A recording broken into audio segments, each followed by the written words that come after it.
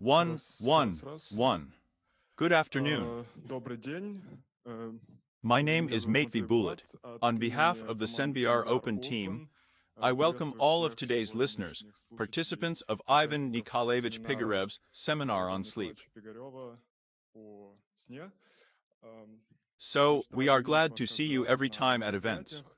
For Для those тех, who are кто первый participating раз for the участвует, first time, присоединяйтесь к join the проекту St. Biard Senior Open Open. Project. Информация об Information этом can на be сайте found on the website of the Skaltech энергологии Center for для Neurobiology, успеха. or И, simply on the знаете, internet. So we сегодня meet мы regularly встречаемся and discuss регулярно, various обсуждаем issues разные related to brain вопросы, sciences, cognitive связанные с sciences, науками well, о in мозге, general, everything. когнитивными, Everything about everything обо related to всем, the brain. обо всем, что связано с мозгом. Today, Сегодня we у have a нас very очень interesting open seminar, интересный открытый lecture. семинар, лекция. I will Я ask прошу Mikhail Михаила Lebedev, Лебедева, a professor at the Skokovo профессора Institute, to Сколковского introduce института, today's представить speaker. сегодняшнего докладчика. Михаил, Mikhail, пожалуйста, please, you have слово the вам. floor.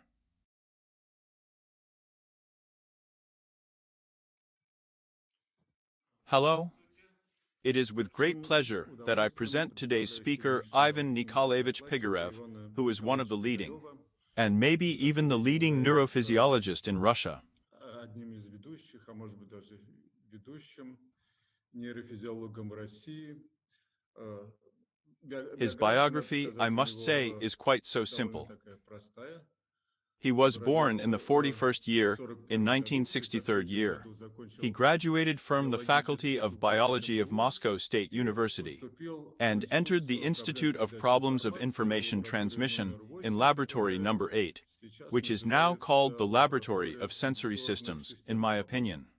And И all these years все he эти worked годы in this он laboratory работал and в этой performed a лаборатории large и number of very делал interesting большое works on количество очень neurophysiology, интересных worked with various работ по animals, ranging нейрофизиологии, from fish to cats to работал с monkeys. разными животными, начиная от рыб до кошек до обезьян.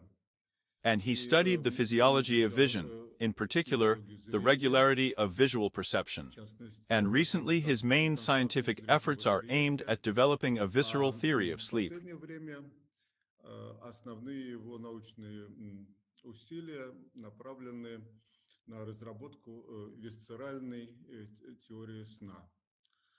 Actually, this is what Об этом Ivan будет Nikolaivich's story will be about сегодняшний today. рассказ Ивана Николаевича. Yes, before we start, I ask you to ask all the questions that appear at the bottom of the section.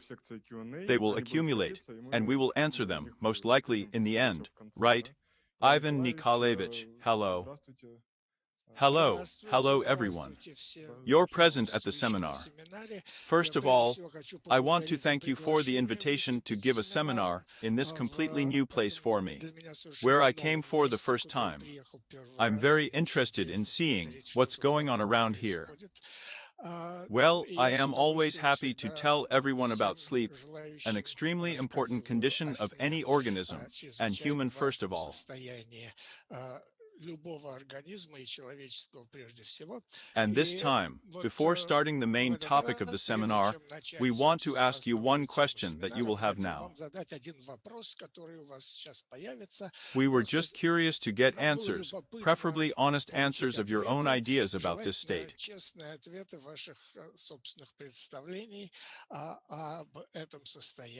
Then we will say at the end what the results of this question were. In the course of my story, another similar question will appear. And now, after you have learned this question, we will move on to the topic of my story itself.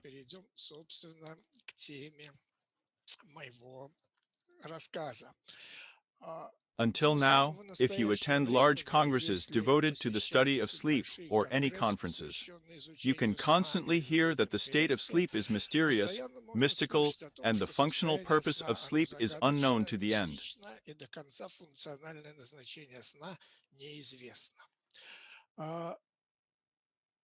It always amazed me a little bit, because it seemed to me that the functional state of sleep became clear a century and a half ago.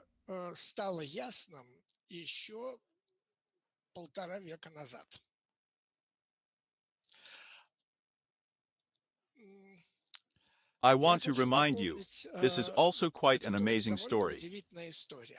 The first work that gave an absolutely unambiguous answer regarding the functional purpose of sleep was done by me. At the end of the 19th century, by Maria Mikhailovna, we were sown by our wonderful compatriot, who then worked in one of the laboratories in Switzerland. And she put in general was the founder of the method, which was then very often used in somnology. This is the method of sleep deprivation. Her logic was very simple. If we want to know what the meaning of sleep is, let's exclude sleep from the life of an animal and see what happens. And we will find out why sleep is needed. She conducted such experiments on puppies. And the puppies were not allowed to sleep, using a method that was later called gentle handling, or such gentle treatment of them. She did not let the puppies sleep there. And there was. I was surprised to find that 5 days after such treatment, all the puppies were dying.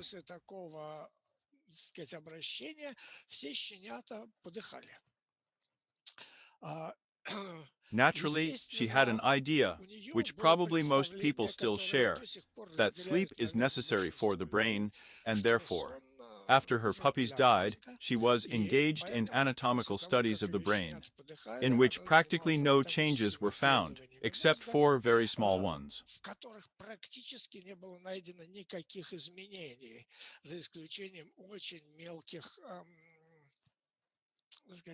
Very small changes in individual neurons, which now it is clear that this information is completely unreliable, because morphometry methods were very imperfect at that time, and, of course, it was impossible to rely on these individual observations on individual neurons.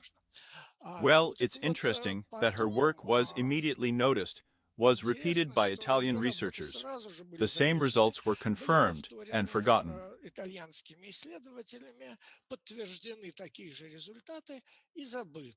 For 50 years, no one remembered about it, and about 10 to 50 years later, in 1937 year in Leningrad, in the laboratory of academician Bykov, these experiments were repeated on dogs, but not on puppies, but on adult dogs. Well, as could easily be expected, the result was the same. There, since a lot of people and mostly doctors were involved in this experiment, a lot of details were noticed, and, of course, the general conclusion was that dogs suffered from sleep deprivation primarily with multiple disorders in literally all visceral systems.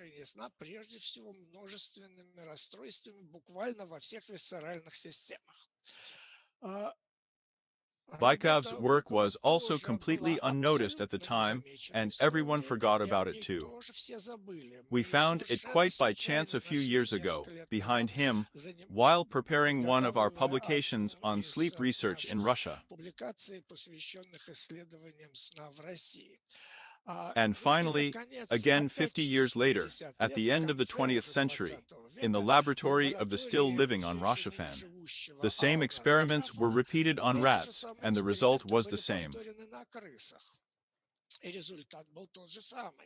A very original method of sleep deprivation of rats was invented, which allows to exclude the influence of stress, and show that the death of animals is associated with sleep deprivation.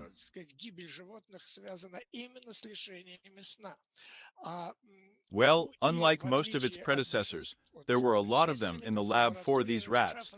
They could be carefully cut in all directions. And thus a detailed description of all defects in all visceral systems was given. First of all, the gastrointestinal tract suffered, then the vascular system of the skin. And the most surprising result of this work was that the only organ in which no visible changes were noticed was the brain.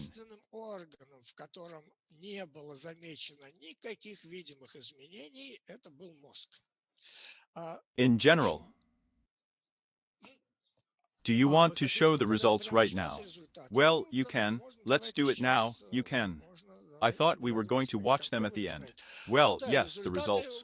The result is completely normal. That is, most people, of course, believe that sleep is necessary for the brain. And not a relatively small number of people who, most likely, have ever listened to or seen my speeches, lectures, and read our articles, they say that no, sleep is still more needed for the stomach.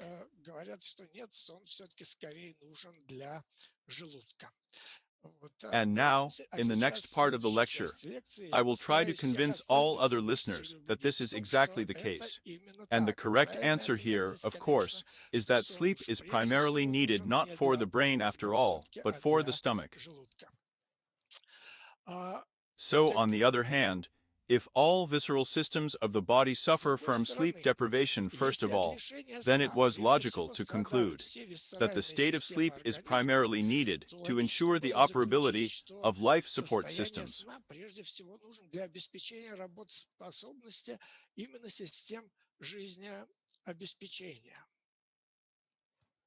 However, this quite obvious logical conclusion was in contradiction with people's intuitive ideas that sleep is primarily needed, of course, to ensure the functioning of the brain.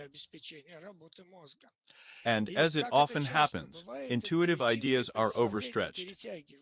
Preference was given to the intuitive consideration, whereas now more and more at every step, we find confirmation of the position that physical reality, as a rule, turns out to be counterintuitive.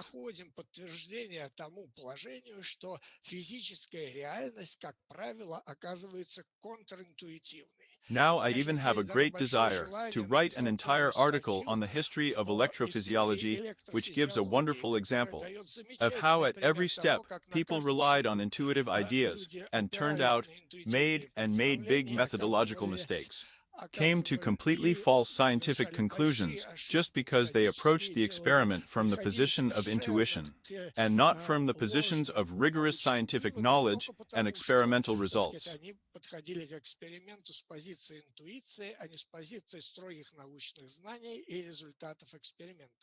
And this is where we want, at this point, to ask you the second question, the following.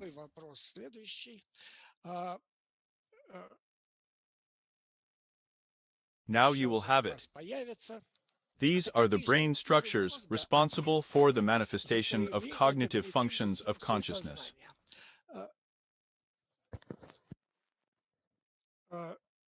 Again, answer as it seems to you at the moment, and then we will try to approach the answer to this question, to offer you, perhaps, some other question, an answer.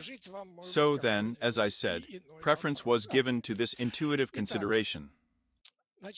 Как я говорил, предпочтение было отдано вот этому интуитивному соображению. And this intuitive idea that sleep is needed primarily for brain research was supported by the very first even electrophysical studies of sleep and wakefulness.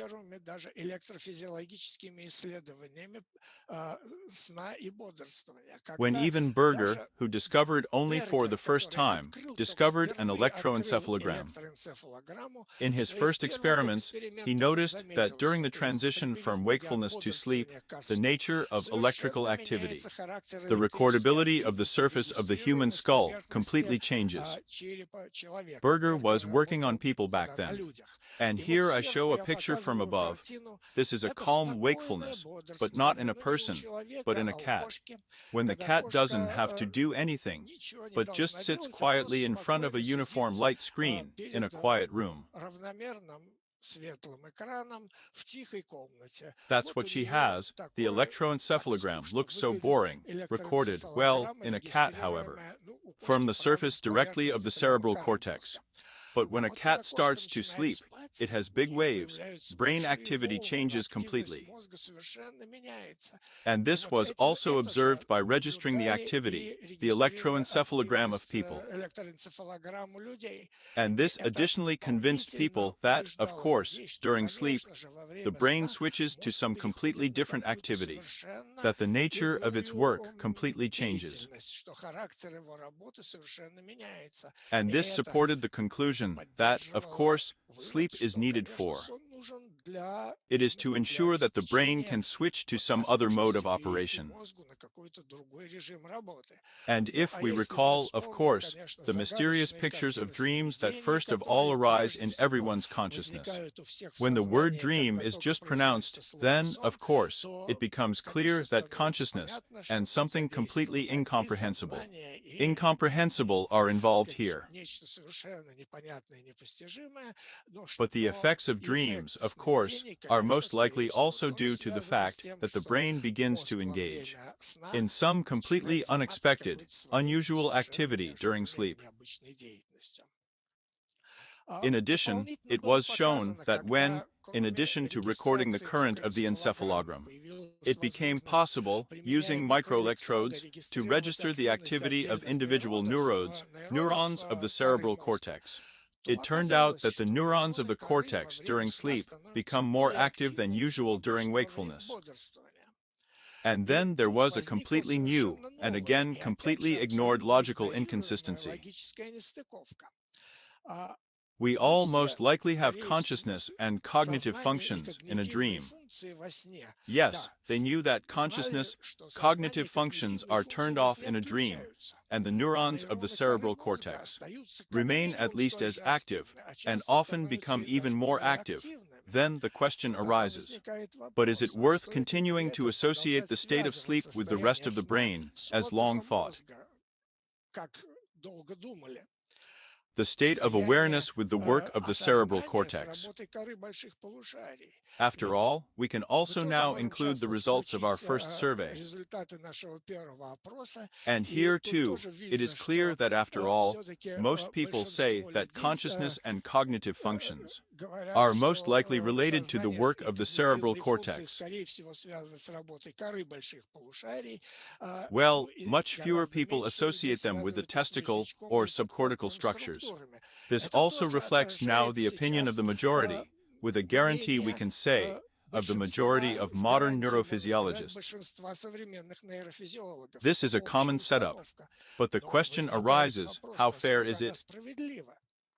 If we see that the neurons of the cortex practically do not change their activity during the transition from sleep to wakefulness, and consciousness and cognitive functions are completely turned off in deep sleep, then is it worth connecting these two structures so closely with each other?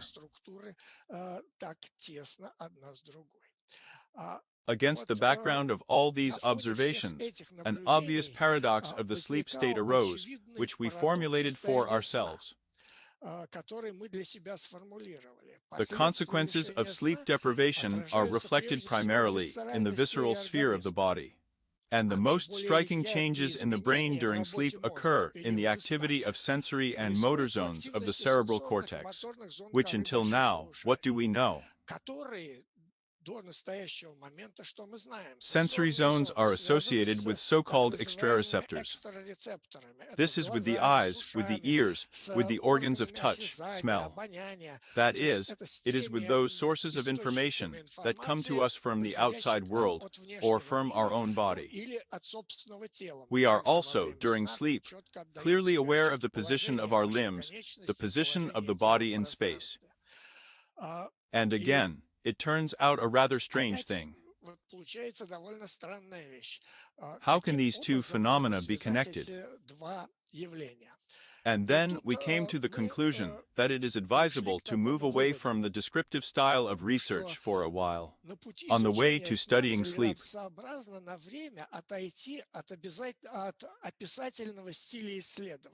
Before that, usually sleep research was at what? These people described various phenomena that occur during sleep without having any formulated hypothesis about the function of this state, which, of course, is quite, in my opinion, unproductive.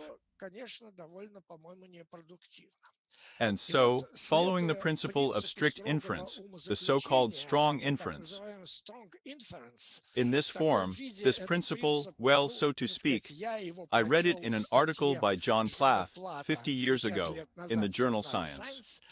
But the principle, in general, has long been known both in philosophy and in logic, that for any research, it is necessary to initially formulate a hypothesis that allows solving the main basic paradoxes of the phenomenon under study, and then set up a critical experiment that allows you to discard or confirm the hypothesis put forward.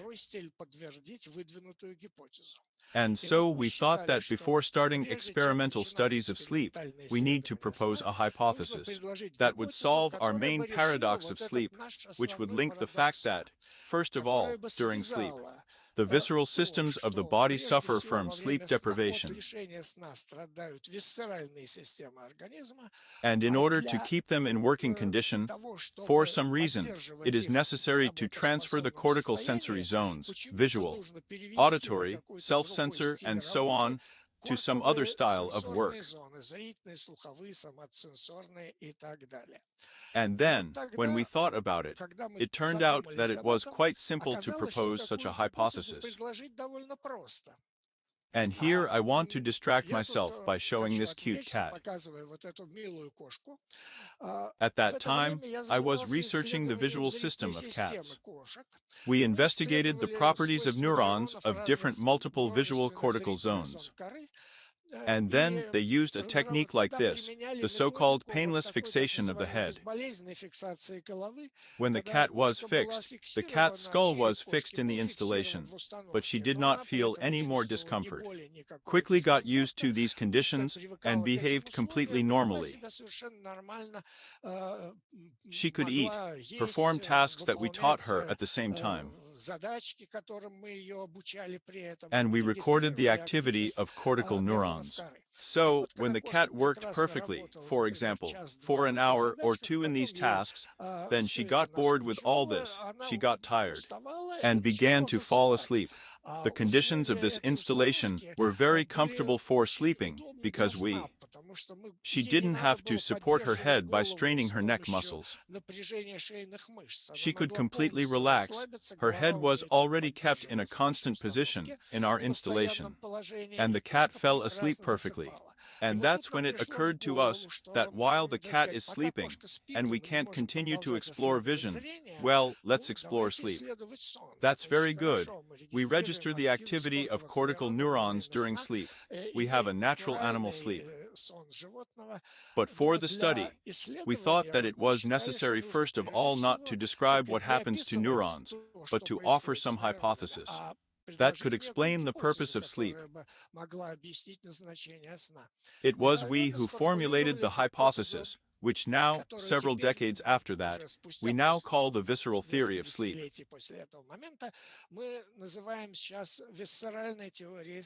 And her idea was very simple. We assumed that the same cortical zones, visual, auditory, sensory, and the same neurons in these cortical zones, which during wakefulness react to signals coming from the outside world. They also switch during sleep to analyze signals coming from the internal organs of the animal. Переключаются во время сна на анализ сигналов, приходящих от внутренних органов животного. In other words, cortical zones are not specialized processors for analyzing only one type of sensory information. Speaking now more in terms of modern computers, we can say that the cortical zones are universal processors.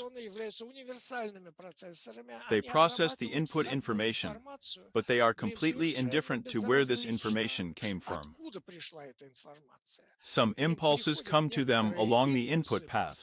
Cortical neurons do the same and identical processing defined for them from this input information, and the results are sent to the person who sent them the request.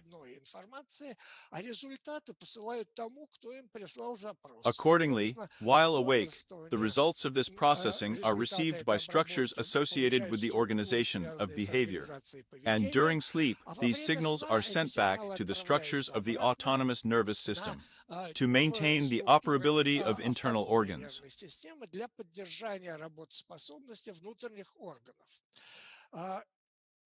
Even now, this hypothesis seems to many to be an absolute fantasy, and something absolutely unreal. Can you imagine that 50 years ago, back when we proposed it, no one took it seriously at all, and it seemed that it was complete nonsense. But the beauty of it was that it could be easily experimentally tested. We recorded the activity of neurons in the visual cortex and saw that they respond to light stimulation while awake. This is where I show the result. It's very funny now to see the result being shown in this form. It was actually recorded 50 years ago, but it was the very first experiment that was set up to test this hypothesis. Here is the top entry. This is the registration of multicellular activity from the primary visual cortex of a cat. Here in the place where the arrow is shown here, I pass my hand in front of the cat's muzzle. Naturally, the neurons of the visual cortex react violently to the movement of the visual stimulus of my hand in the cat's field of vision. Now we wait for a certain time, and the cat falls asleep, falls deeply asleep, closes his eyes. Well, of course, when her eyes are closed, she can wave her hands in front of her muzzle as much as she wants. These neurons will not react to this. Well, now the electrode is left near the same neurons, in the same place.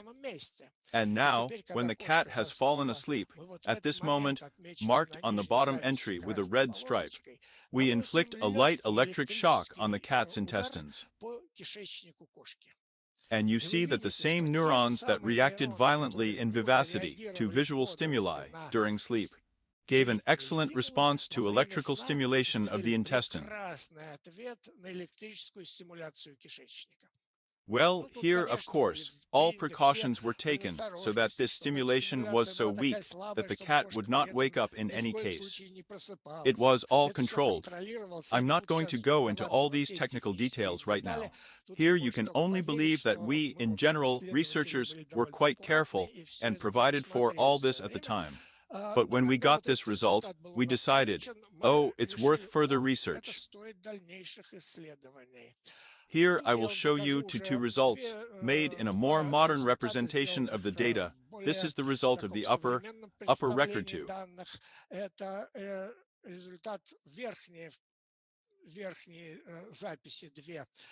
These are made during the period of slow sleep and wakefulness in the primary visual cortex, and the lower ones are made in the self-sensor field 5 in the same cat. Also in this case, the registration of a single neuron. These lines are a separate stimulation that was applied. Here is a vertical line showing the moment of electrical stimulation that we applied to the area of the small intestine. And when we applied stimulation during slow sleep, you see, there were 9 stimulations here. These are 9 lines. Each black dot in the upper raster record is a separate nerve impulse. Below is the total response histogram. You can see that this neuron gave out a violent reaction to the electrical stimulation of the intestine. And it is clear that this reaction was in almost all cases of applied stimulation. But now the electron remains in the same place, and we register the same neuron, but now we have woken up the cat. And when we conduct the same intestinal stimulation in a waking cat, the same neuron does not respond to this stimulation in any way. And this switching happens completely instantly. It takes 1 to 2 seconds for the neuron to completely switch from the sleep state to the waking state. From below, the same picture is obtained for the self-sensory cortex, but here we are already 2. This neuron reacted cheerfully to the stimulation of the foot. During sleep, he also switched to a response to intestinal stimulation, and during wakefulness, the response to intestinal stimulation disappeared.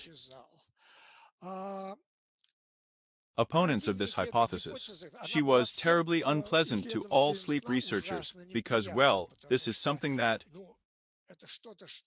went beyond the usual framework of what sleep researchers were doing then. And of course, everyone said that that something was wrong here. And we tried to find at least some alternative explanation to these results. One explanation was that you are conducting electrical stimulation. It is an unnatural stimulus.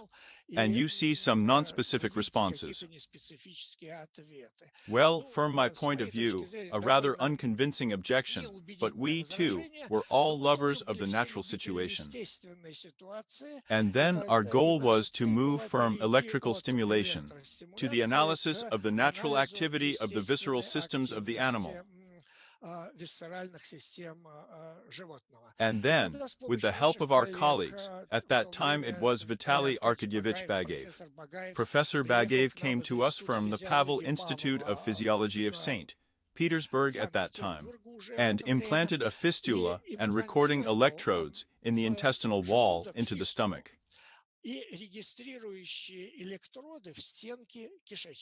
Thus, we were able not to artificially stimulate the organs of the gastrointestinal tract, but to register their natural activity, and see whether a connection will be established between the natural electrical activity of these organs and the activity of neurons in different areas of the cerebral cortex. Well, here's the first result I'll show you. Below is the total encephalogram of the cat's cortex, represented as a gram spectrum. Here, horizontally, time, vertically, are frequencies that go somewhere up to 25 Hz from above. This means, in my opinion, 5 somewhere, probably 5 Hz can be each division. This is a state of slow sleep, and you see that the yellow color encodes the contribution power of certain frequencies. And here it is clear that low-frequency activity dominates during sleep. These are the so-called delta waves. And every person who has ever recorded an encephalogram during sleep knows that constant delta volts are interrupted by short periods of desynchronization, very short.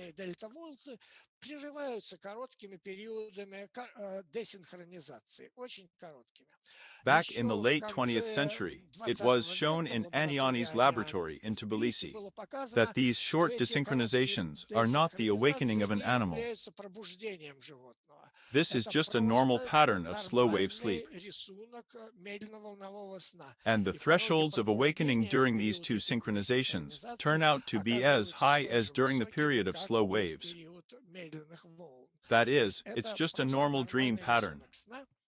Then we confirmed in our experiments, I won't talk about them now either, that this is, of course, the whole real state of sleep, and not awakening.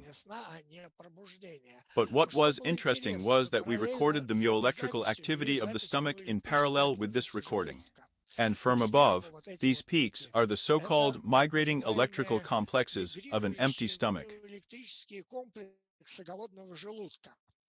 This is periodically eaten after about 2 to 3 hours after eating, when food passes from the stomach into the intestines. The stomach, with such a rather rare frequency, produces quite strong contractions. And at this moment, this myoelectric activity is recorded. And here we see that on the cortical encephalogram of the recorded visual cortex, all these migrating complexes of the stomach are reflected by desynchronizations. Now we know that why desynchronization? Yes, because the neurons of the visual cortex at these moments dramatically increase the frequency of their activation, and slow waves, which are associated with synchronous periodic activation and pauses. They stop because there are no more pauses. Here, neurons work without interruption with a very high frequency during periods of myoelectric activity of the stomach. The other one. So that's how he wants out of here. But he's moving out of here. Another example.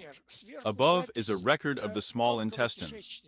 The duodenum is the first section of the small intestine, the gastrointestinal tract. These are the electrical activity recorded by the walls of this organ. You see a clear, amazingly clear rhythmicity, corresponding to the peristaltic wave going through the stomach.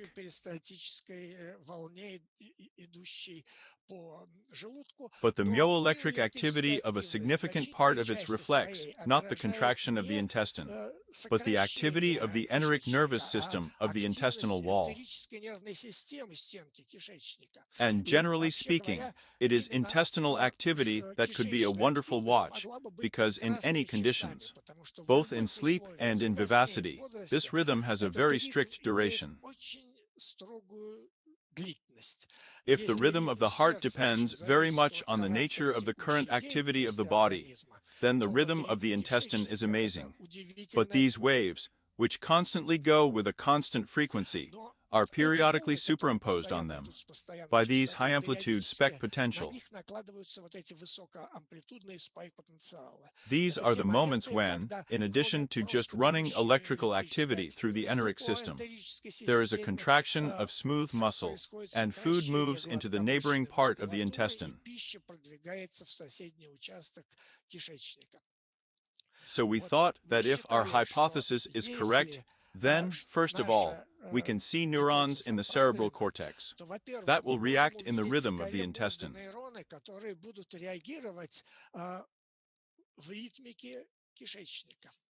And it was our task. We carried out an automatic analysis of this activity. It was divided into waves without spike potentials and waves with spike potentials. Then we averaged the pulse activity of neurons of the visual cortex of different parts of the cat's visual cortex using them. And so it turned out that about 30% of the neurons of all parts of the cortex in which we worked, the visual cortex in a cat, during sleep begin to discharge synchronously with the activity of the intestine.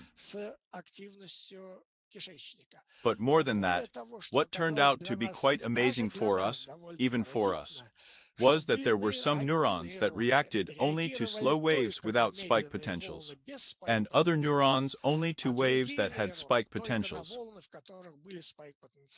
That is, during sleep, the neurons of the cortex, the visual cortex of the cat, were also selective. But if during wakefulness they are selective to a certain type of visual stimuli, then during sleep they were selective to a certain type of activity occurring in the enteric nervous system of the intestine.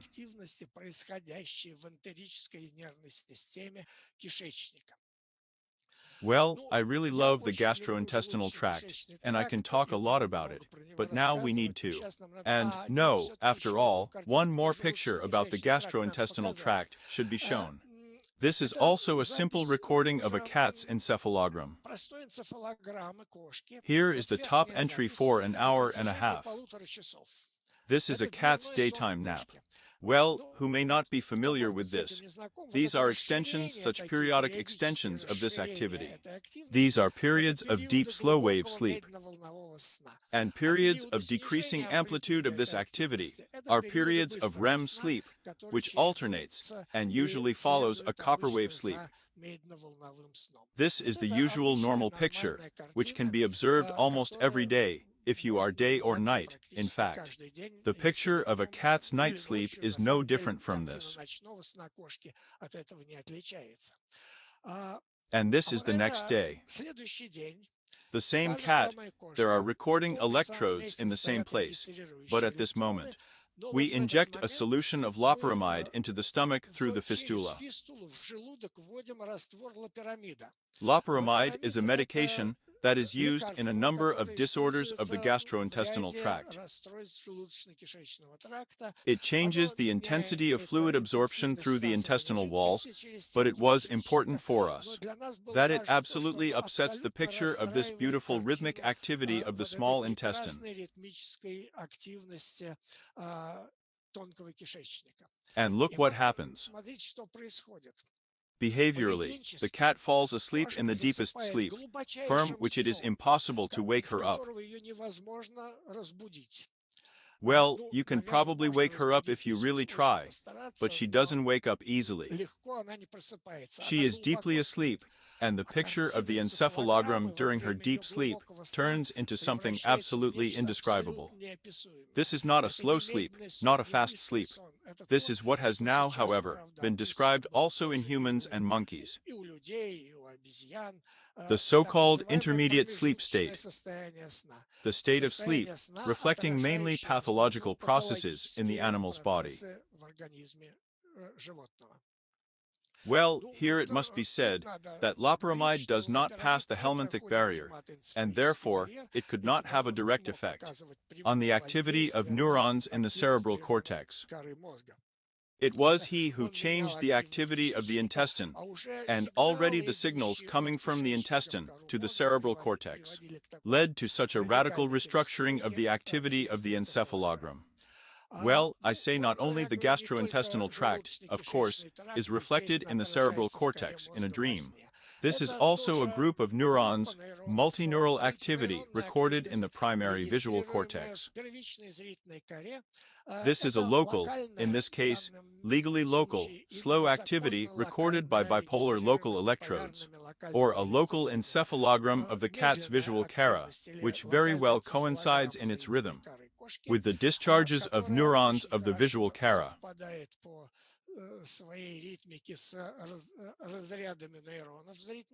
And at the bottom is breathing, the respiratory flow, the usual rhythm of breathing. You can see that the neuron picks up the respiratory rhythm during sleep. There are not very many such neurons in the visual square. We've seen a few of them, but not often. But in the zone, oddly enough, of the auditory cortex, about which perhaps, if there is still time today, I will tell you a little bit, and in other zones of the cortex of the more frontal parts of the brain. Neurons working in the rhythm of breathing are quite a common picture during sleep, of course. Well, this is the same picture with a cardiogram. This is if you register a cat's encephalogram using a cardiogram, then you can see good evoked responses during sleep, which may have different components, different latency, but mostly observed only during slow sleep. Могут иметь разные компоненты, разные латентности, но в основном наблюдаемые только в период медленного сна.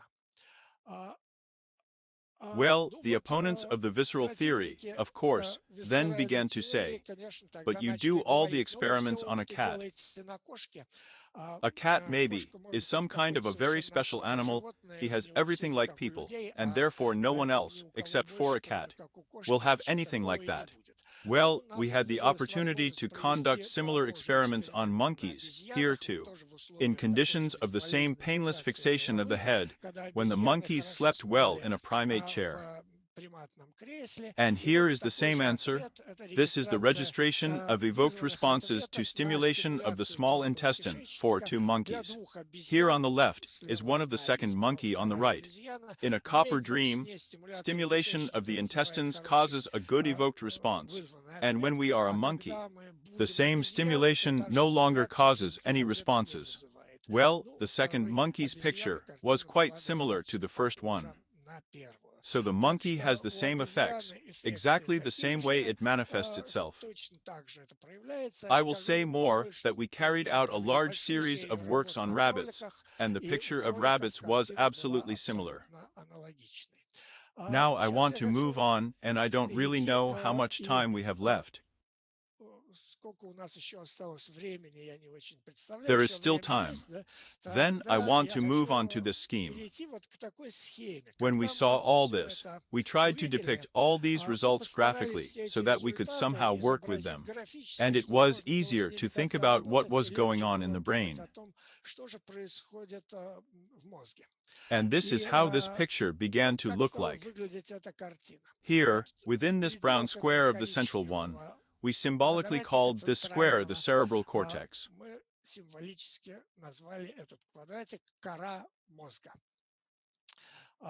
The cerebral cortex has a main processor. It is a neural network that processes input information. The bark has entrances and the bark has exits. There are entrances, there are exits. In the waking state, signals from the environment come to the cortex, transformed by so-called extera or proprioceptors.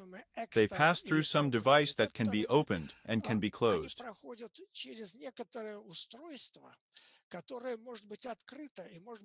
It can allow signals to be carried out, or it can block it. Here, during wakefulness, signals pass through it, come to the cortex for processing. Some standard processing of these signals takes place here, but different parts of the cortex, different zones of the cortex, conduct completely different processing with the input signals. Accordingly, it means that someone somewhere decides which signal from which receptor or from which group of natural receptors to send to this or that part of the cortex.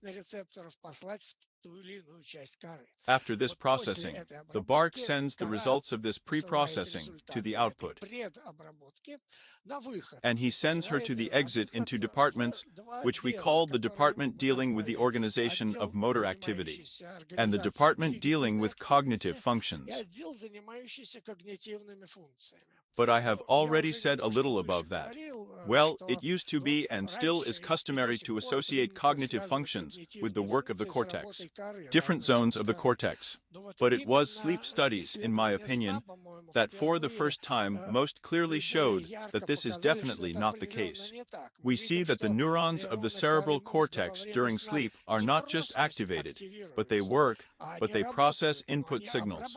But these signals during sleep come to them from visceral systems and internal organs, which certainly have nothing to do with any cognitive functions and cannot give anything for this matter. That is, the cortex is definitely busy with completely different tasks during sleep. Why I divided motor activity and cognitive functions into two separate blocks. This will become clear in 5 minutes, again as a result of studies done while studying in pairs in the process of studying sleep.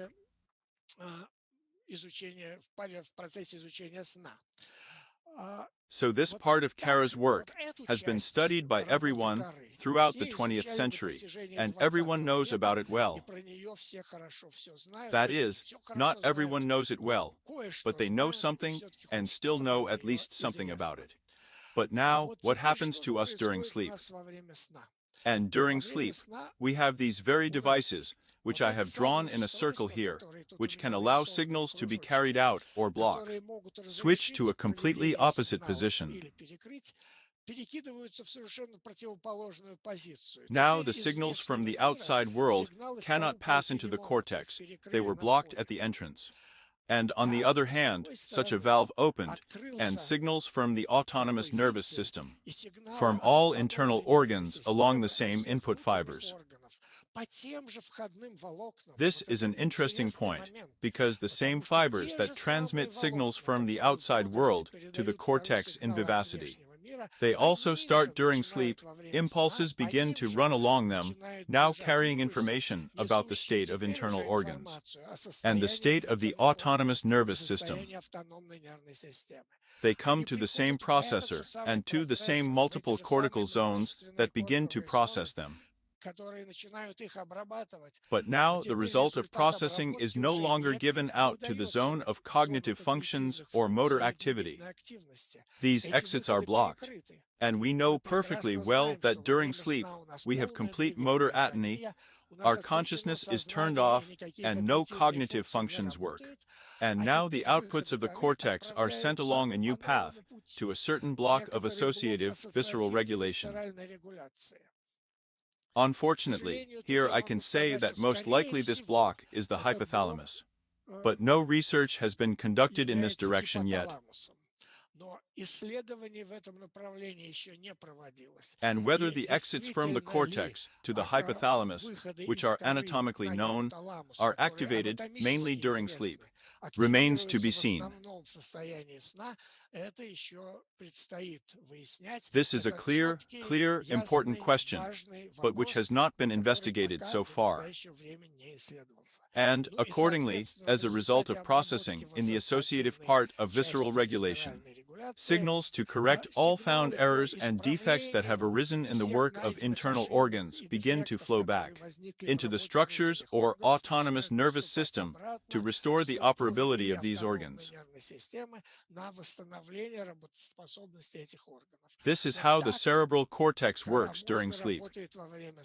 This is the part of the work of the cerebral cortex that has not been studied until now, which no one paid attention to, and which in the 20th century no one knew about. The autonomous nervous system was called autonomous because during wakefulness it worked by itself without connection with the cerebral cortex. And therefore it seemed that it was real, autonomous here.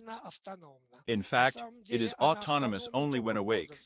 During sleep, it is not autonomous. It is included in a powerful chain of analysis and processing of this information. Well, now we can go back to waking and sleeping again. And you will see that all this is connected with the switches, with the turns of these switches, which will then open. Then close and open or close. I'll make a reservation. These switches are not a fantasy. Such structures in the nervous system are described and known. For example, it can be a presynaptic inhibition, it can be triad synapses. It is well known, it is there, it is a reality, and therefore it is not surprising. Here, at this point, interesting questions arise.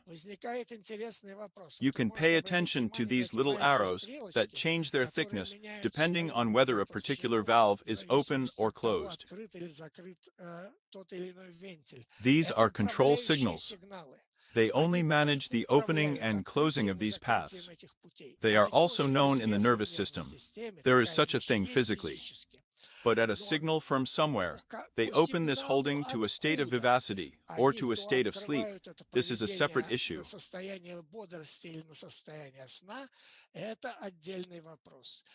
Interesting in the light of the ideas that we are developing.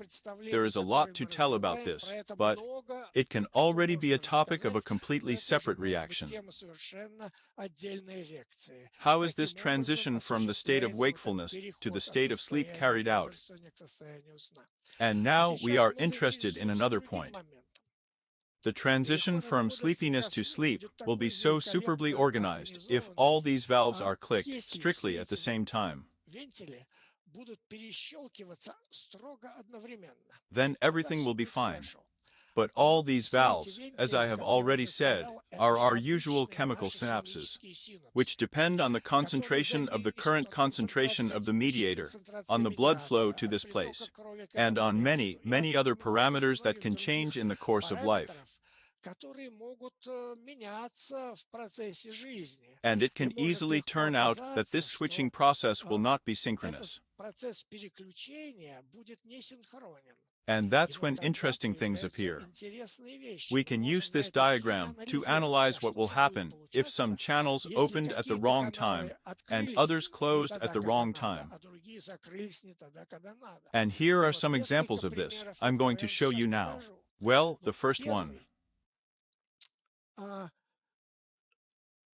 Oh, I had a little mistake here, so I'm sorry, so what is it? But no, that's right, a dream, but I didn't see a dream. Here is a state that, of course, everyone is very interested in. This is the state of dreaming. And indeed, I must say that in that scheme of sleep work, I did not say anything about dreams because, in my opinion, it is absolutely obvious that there is no place for dreams there. And it is clear that this whole system of the body's transition to sleep is not made in order to dream.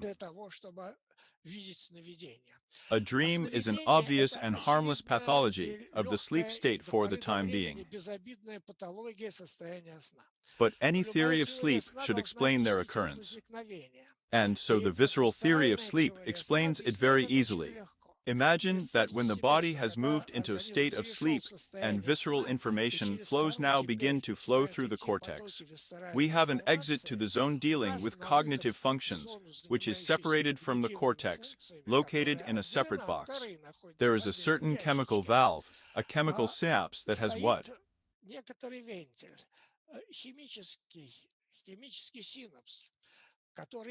It has a threshold. And any threshold device, if the threshold suddenly accidentally drops, will miss the signal. And if the input signal suddenly exceeds the threshold, it will slip through this gate and fall into the zone of cognitive functions. And that's where we get into exactly this situation. Most often, during the transition periods from wakefulness to sleep, or from sleep to wakefulness, it may turn out that this valve has opened a little, and then powerful signals from the internal organs. I have already told you on the previous slide what a powerful activation comes from the stomach.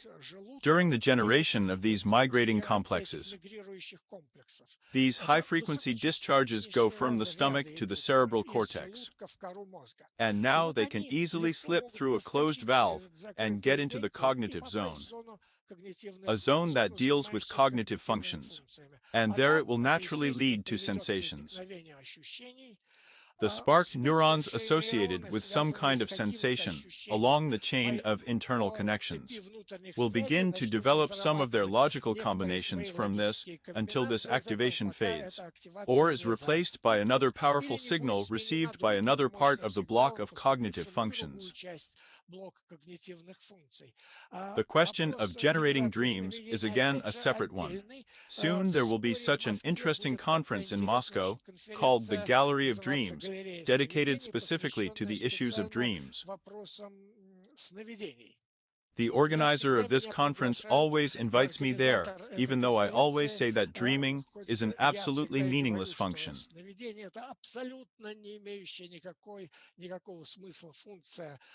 And I give an explanation of the occurrence. But the organizer of this conference, Professor Korobelnikov, she always invites me. Apparently, I think that in general it's not bad to tell.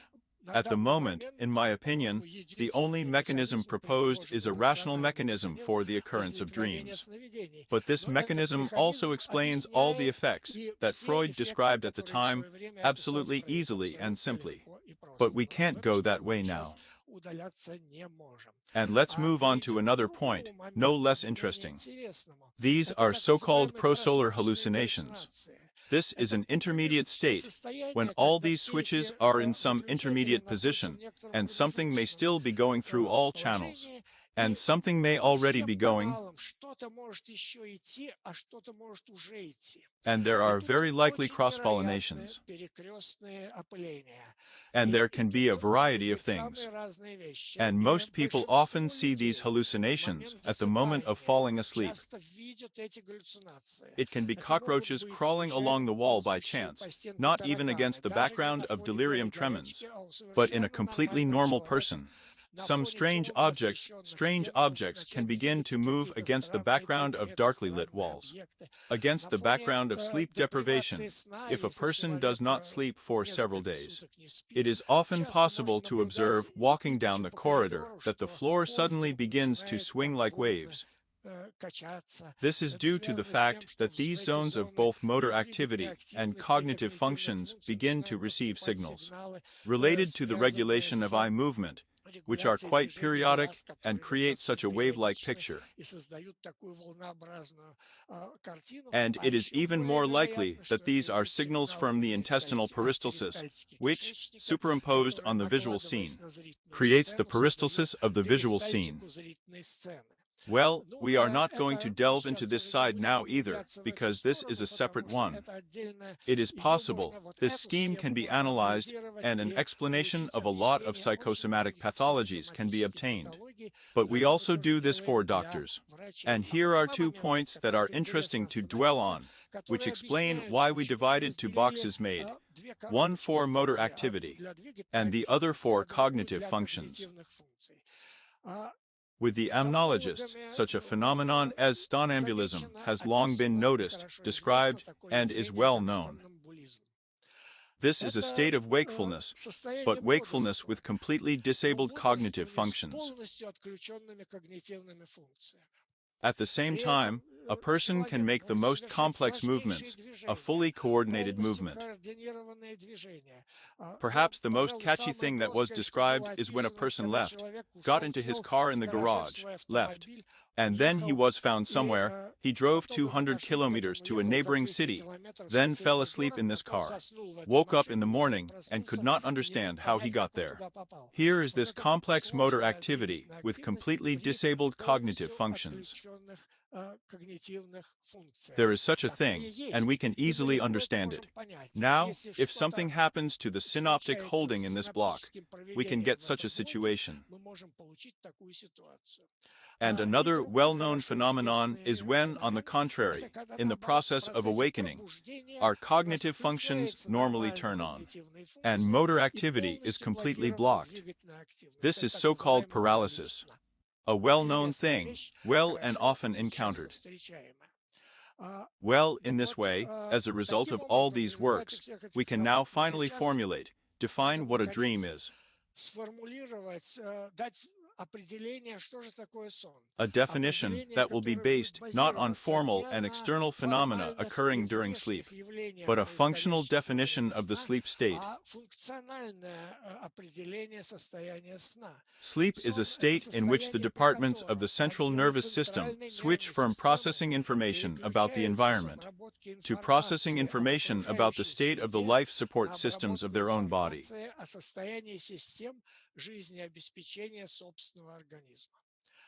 This definition can be applied to each individual area of the cerebral cortex. And now it is known that different areas of the cerebral cortex may not fall asleep at the same time. There is an effect of so-called local sleep. This may also be the theme of a separate fairy tale, because the state of local sleep is associated with many interesting, and not always pleasant phenomena. And now at the end, I have a few more minutes left, and I want to tell some bonus to the listeners of this lecture. I want to show you the results that no one has seen before, except you today. This result was obtained just a few days ago in the laboratory, completely new and quite amazing. It is connected with our research, which we are currently conducting, with the cat's auditory cortex. Why with the auditory cortex? I told you, I show you this diagram of sleep, that within the framework of the visceral theory of sleep, during wakefulness, the transmission of external signals to the cerebral cortex is blocked. But it turned out that the auditory cortex is not blocked. It turned out that the studies of the auditory cortex neuron were not our work. It turned out that during sleep, the neurons of the auditory cortex also respond to sound stimulation, at least to simple sound stimulation. Simple auditory stimuli, like a tone in short, respond in the same way as in the waking state. And it seemed that this result directly contradicts the visceral theory of sleep. What kind of visceral theory is there if we do not block the external signals of the cerebral cortex? But then we thought, and generally speaking, do we need these blocks for conducting external signals, specially separately made blocks? Well, for the visual system, it seems to be known, it has even been shown, it exists. But is it needed, and does it always work? Well, we take sight, we fall asleep and close our eyes. Why do we need an additional neural block when we already have nothing coming from the eye to the brain? When we want to sleep, are we going to try to go to a disco or a concert to sleep? We try again to find a quiet, dark and soft place where we could leave and where no noise would interfere with us. Thus, we always try to exclude external extraceptive signals purely by our own behavior. And therefore, in order to test the validity of the visceral theory of sleep, and for the auditory cortex, it was necessary to find out another question. And during sleep, whether the pathways from the autonomic nervous system open to the neurons of the auditory cortex, whether visceral signals begin to arrive there. And these experiments we just decided to put on recently. In our experiments together with Nikolai Grigoryevich Bibikov. I am very grateful to them, because he is a great specialist in the auditory system. And I am always afraid to start working in some new field if I am not competent enough there yet. And here I will show you the result of such work, the result of one of our experiments, made on an exclusively single neuron of the auditory cortex. It is important enough that here we did not disassemble the neurons by shape. It was a strictly single neuron that we registered for many hours, which responded perfectly to auditory stimulation, with great sensitivity to sounds. And that's when our cat fell asleep, we registered in this case. We recorded an encephalogram of the occipital cortex, parietal and local encephalogram of the anterior auditory cortex. In addition, unfortunately, I'm not showing it now, we recorded a cardiogram and electrical activity of the small intestine. Then, separate markers of the heart of each heartbeat were isolated. And these heartbeats are shown on this black bar. They, of course, go so often that they merge into a continuous black line like this. At the scale that we have about an hour and a half of recording going on here. And then we started to find out if this neuron responds to a heartbeat.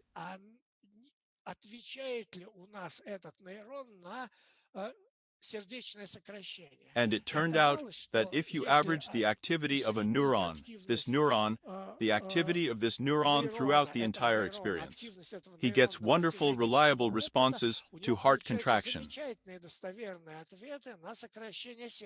And then we applied a special program that we have, which ran through all these abbreviations and marked us exactly those abbreviations that had the answers of this on Veron. And here you see, here they are marked on this channel.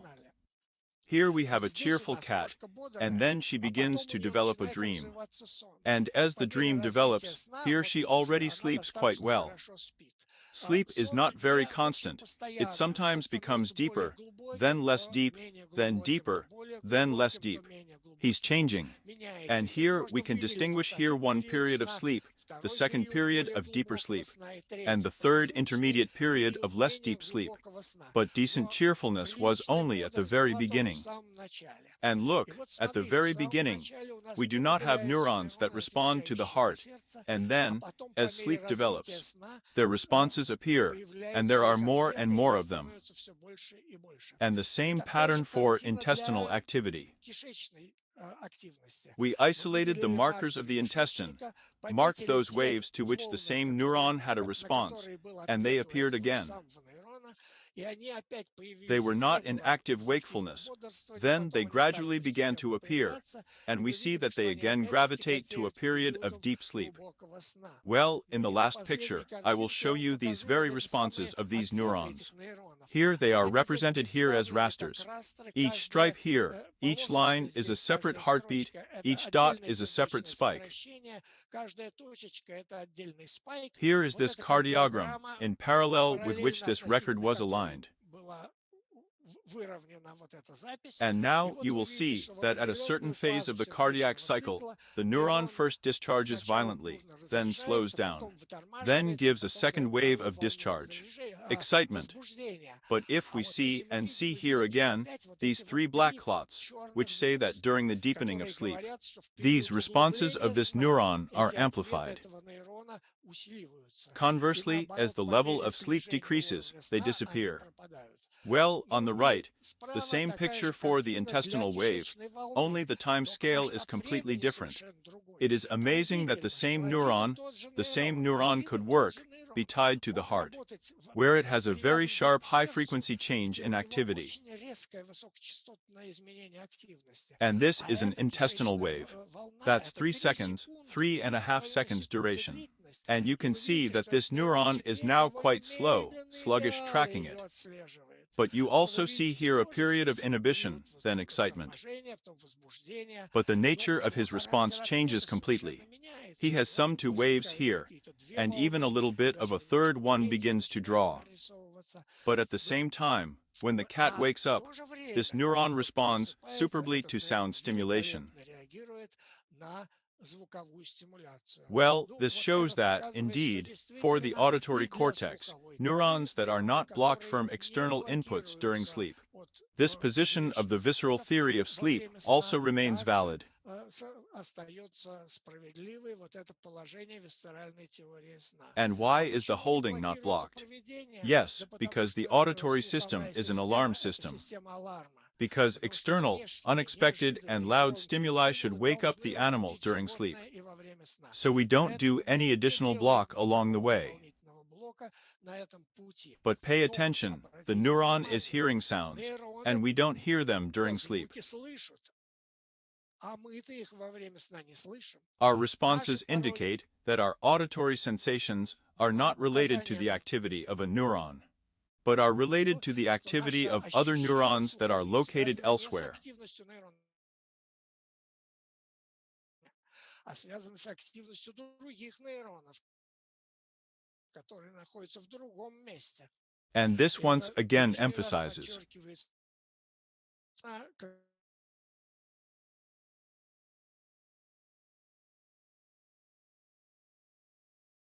with us.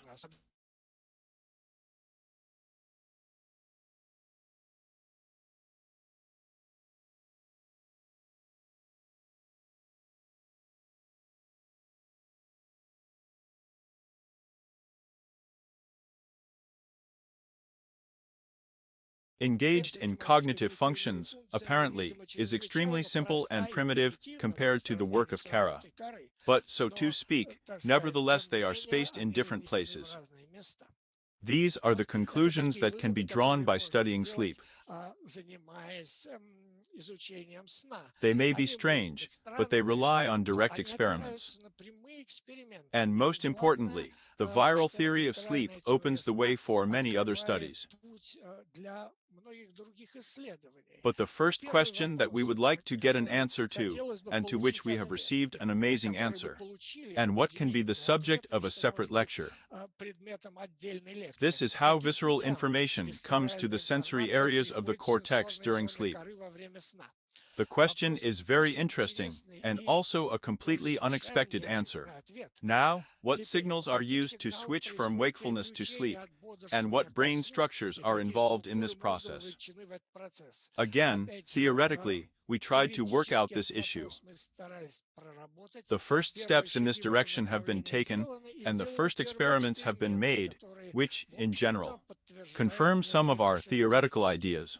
And the last question: do all areas of the cerebral cortex fall asleep at the same time, and the phenomenon of local sleep and its harmful consequences? This is another question, very interestingly related to the visceral theory of sleep, and also worthy of a separate story. Well, thank you for your attention, and this time I'm done.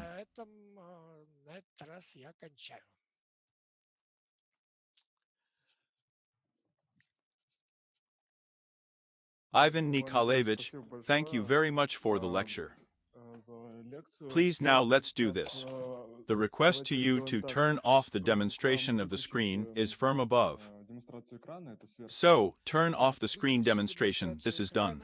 Mute. No, there's a stop button, a red button. Oh, stop. No, stop this video. Oh, here's a stop share. Yes. And we have a certain number of questions here, let's move on. Let me read them first then, right? Yes, you open it, and I can basically read it to you too. There are quite a lot of them here. We need to go through them now as quickly as possible. So, let's ask the first question. Good afternoon. How is it that people on autonomy, that is, without food, water and sleep, can withstand 30 or more days? But once you start sleeping, it's harder. Well, this question is clearly related to some information highlighted from the internet. Well, I say that because I believe that it is impossible to get truthful information on the internet. There's a 90% absolutely untested fantasy going on. People can't stand 30 or more days without sleep. As far as I know, the so-called record, after which these records were categorically banned, it was 11 days, after which a person completely lost his mind, and after that he could not recover for the rest of his life. And after that, the Guinness Book of Records stopped accepting these records.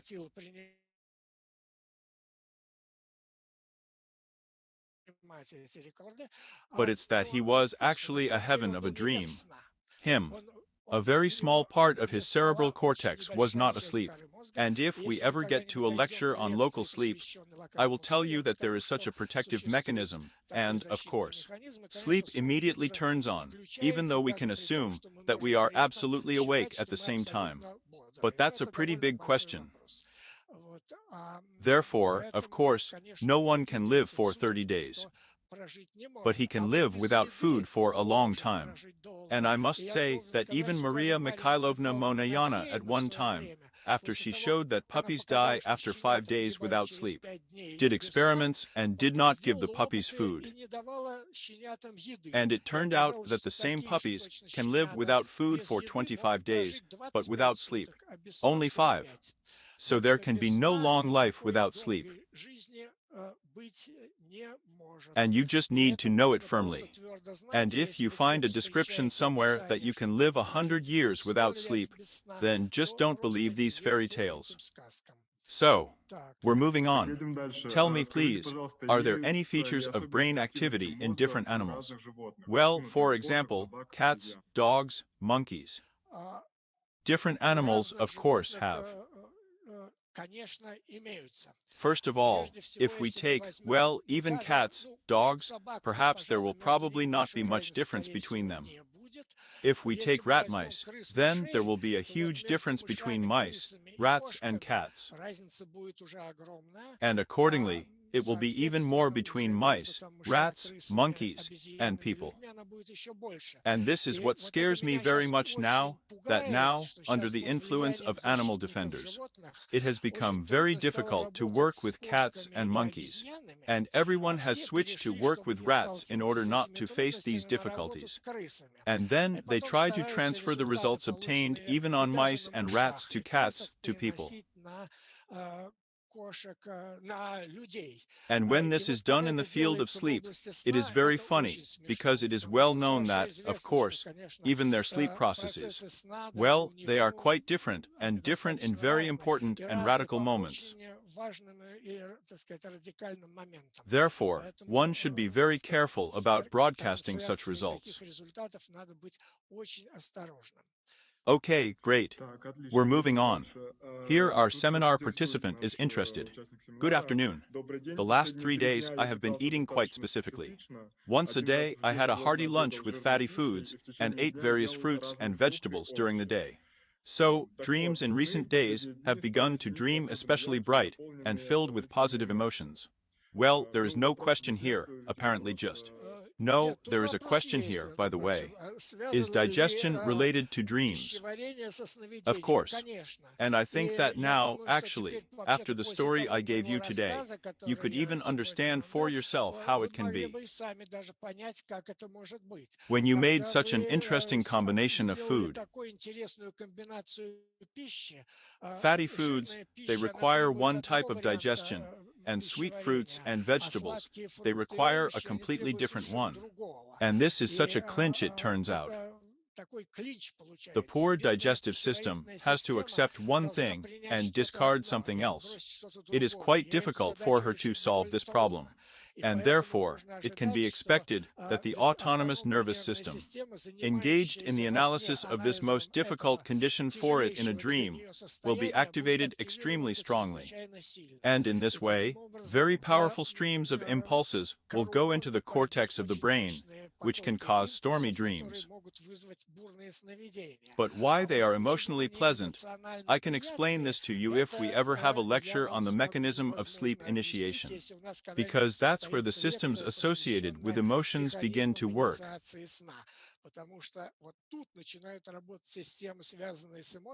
How the start of sleep is associated with structures that analyze emotions and cause an emotional state, it cannot be told in 1 minute. This requires a big lecture, because we have to delve into a completely different field of neurophysiology and try to understand it a little bit, and then it will become clear to us.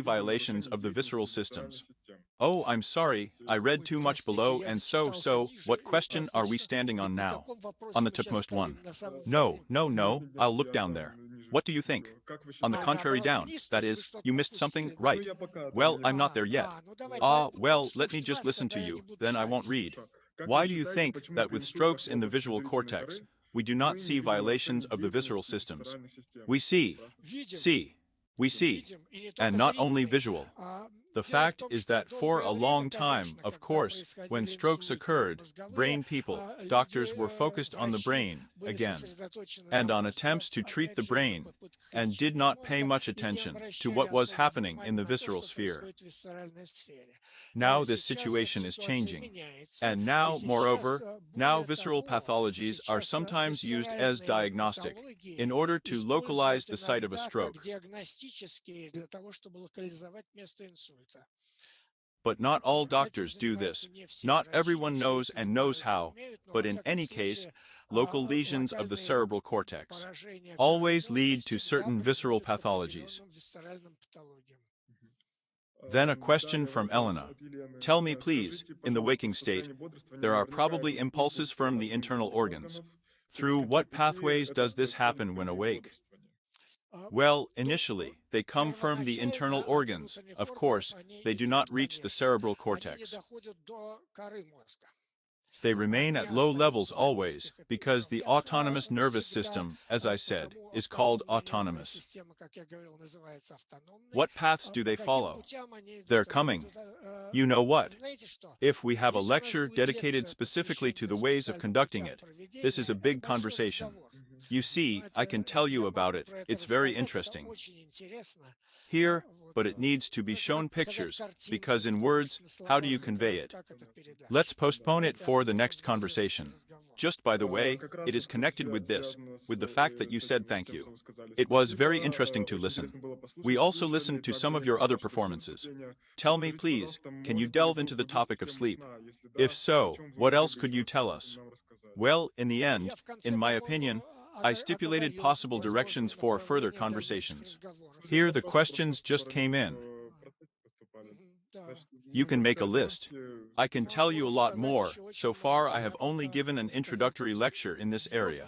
Oh, or here, for example, good afternoon from Antonina by the cart. Can you tell us a little more about sleep paralysis? Well, no, not now, probably not in a little more detail either. Yes, we will write in. All right. Next. So they ask, is sleepwalking one of the types of ambulism? Yes, just a synonym. Next. I have been listening to Ivan Nikolaevich Pigarev with great pleasure for about 5 years now. In previous lectures, we talked about the order of technical, in quotation marks, examination of visceral systems, in which phases of sleep the brain focuses on the heart, lungs, gastrointestinal tract, and so on. It's a pity that there wasn't enough time this time. Question. After all, one of the key life support systems is the brain itself. And when exactly is it the turn of the brain to repair the brain in a dream? You mean yourself? Well, that's a great question.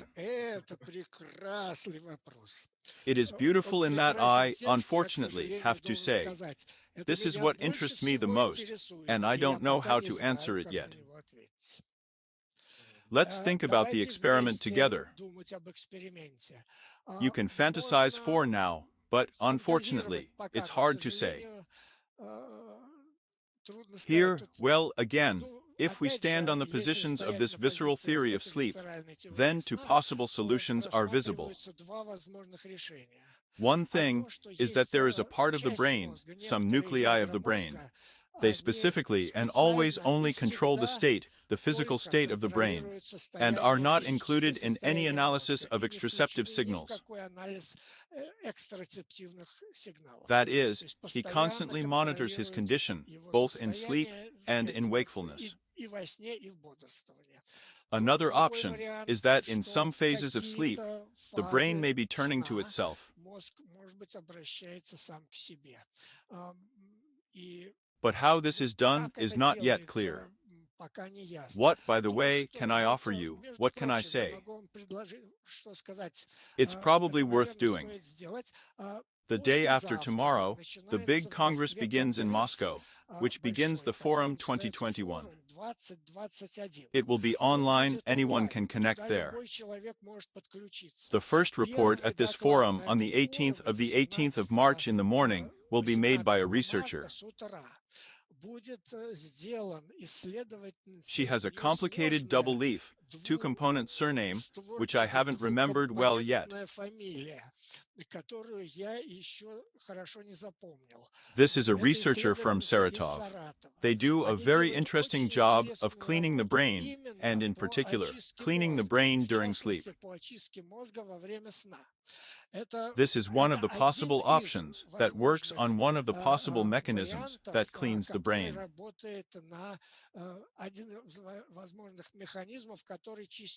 And they presumably associate him more with his real state of sleep.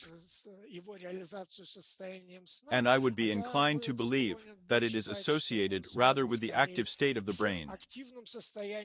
That's when the neurons are activated in this place, this mechanism turns on. And he does it both in his sleep and in combat, too. This is my hypothesis. Tell me again, please, what is the name of the forum? Forum Dream 21. 2021. Just type it on the internet. You will immediately get to his website. It's easy to access the program there, and there is a registration button in the program. The formal registration will be simple. You can join all the events of this forum. Yes, I just watch very extensive programs. Yes, there is a very extensive program, mainly medical, of course. There won't be much on such physiology, but the first report of this forum will be very interesting. It should be listened to. This, Semyachkina, Doctor of Biology. Yes, all right. Thanks for the recommendation. Let's move on with the questions. We are adding them. So, if the hypothesis is, how does the information received by the cortex from the vestibular organs affect them? Or the work of the cortex itself when awake? When awake, I don't think it affects from the cortex. When awake, the cortex is most likely, well, under normal conditions. When fully awake, I want to say. Because there is an imaginary wakefulness when you develop a so-called local sleep, and you may have 2/3 of the cortex actually asleep, but outwardly you seem to be awake. This is what I propose to talk about in a lecture on the effect of local sleep. So, in a normal state, I think, a state of wakefulness, the cortex should be engaged in the processes of wakefulness. And all visceral organs are under the control of the autonomic nervous system. No wonder each internal organ has its own small brain. This brain is small and can work with this organ, but the organ cannot work autonomously for a long time. And now for 12 hours this little brain can keep it within the normal limits, and then its computational abilities are not enough. And most importantly, it does not have enough connection with other visceral systems. After all, when you need to start repairing the breakdown of any internal organ, you need to contact other systems and use the immune system, the circulatory system, in order for the right substance to be delivered to you.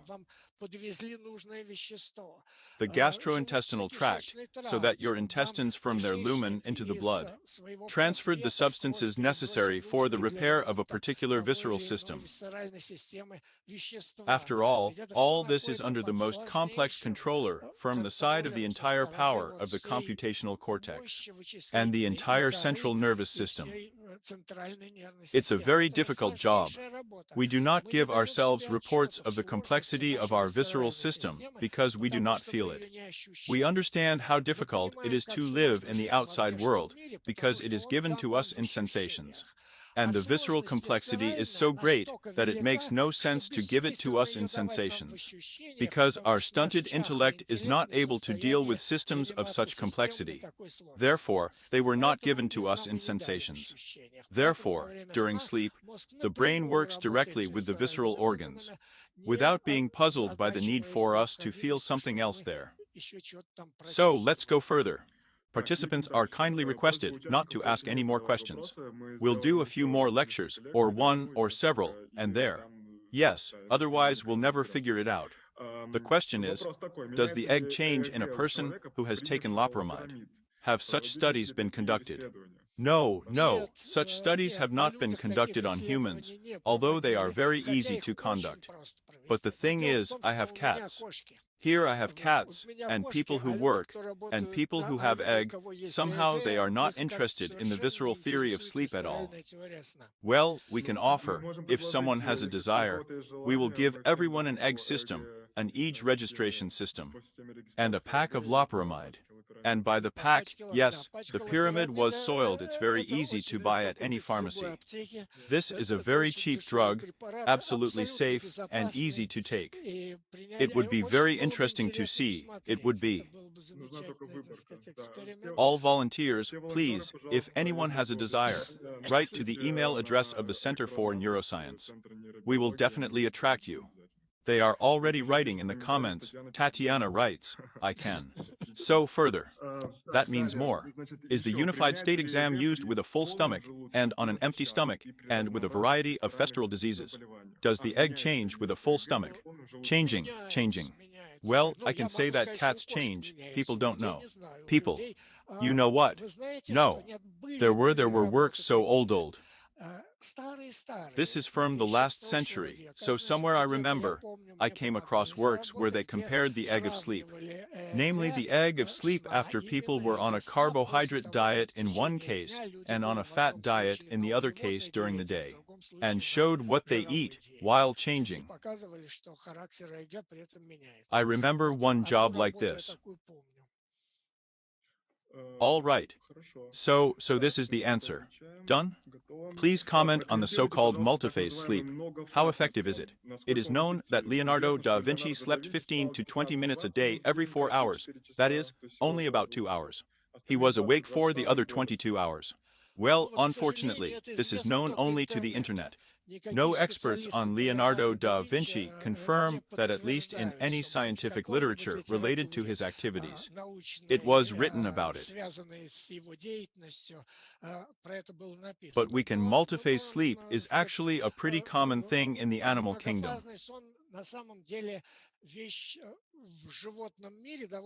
For example, rabbits sleep polyphasically. And if you write the dream of rabbits in a day, it's even difficult to say where the day is, where the night is. Because they sleep for 20 minutes, then wake up, run, eat, poop, pee, drink, and fall asleep again. And this cycle repeats itself quite standardly in this sequence. That's normal too. And again, standing on the positions of the visceral theory of sleep, we can easily imagine that maybe a multiphase system will actually be more efficient on average.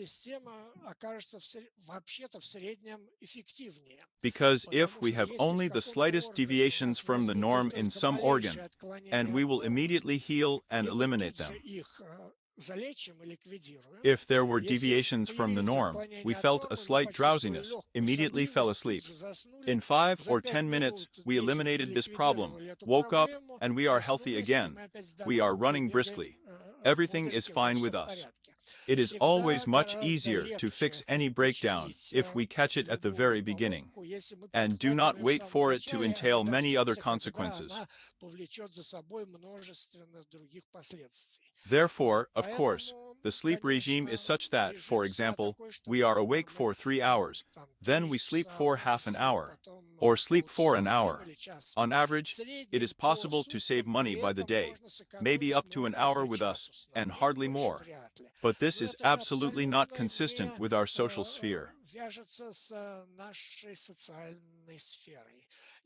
People tried such modes, they got something out of it, but then they quickly refused, because well, you're going to live in this mode in your room, without communicating with other people, and, in general, completely isolated. What is the joy here? Well, if we live in such a mode as in normal, that we always give ourselves at least an 8-hour sleep, and do it every day. Then we are in full wakefulness full time, and, in general, we also do not experience any difficulties, which, of course, is much more convenient.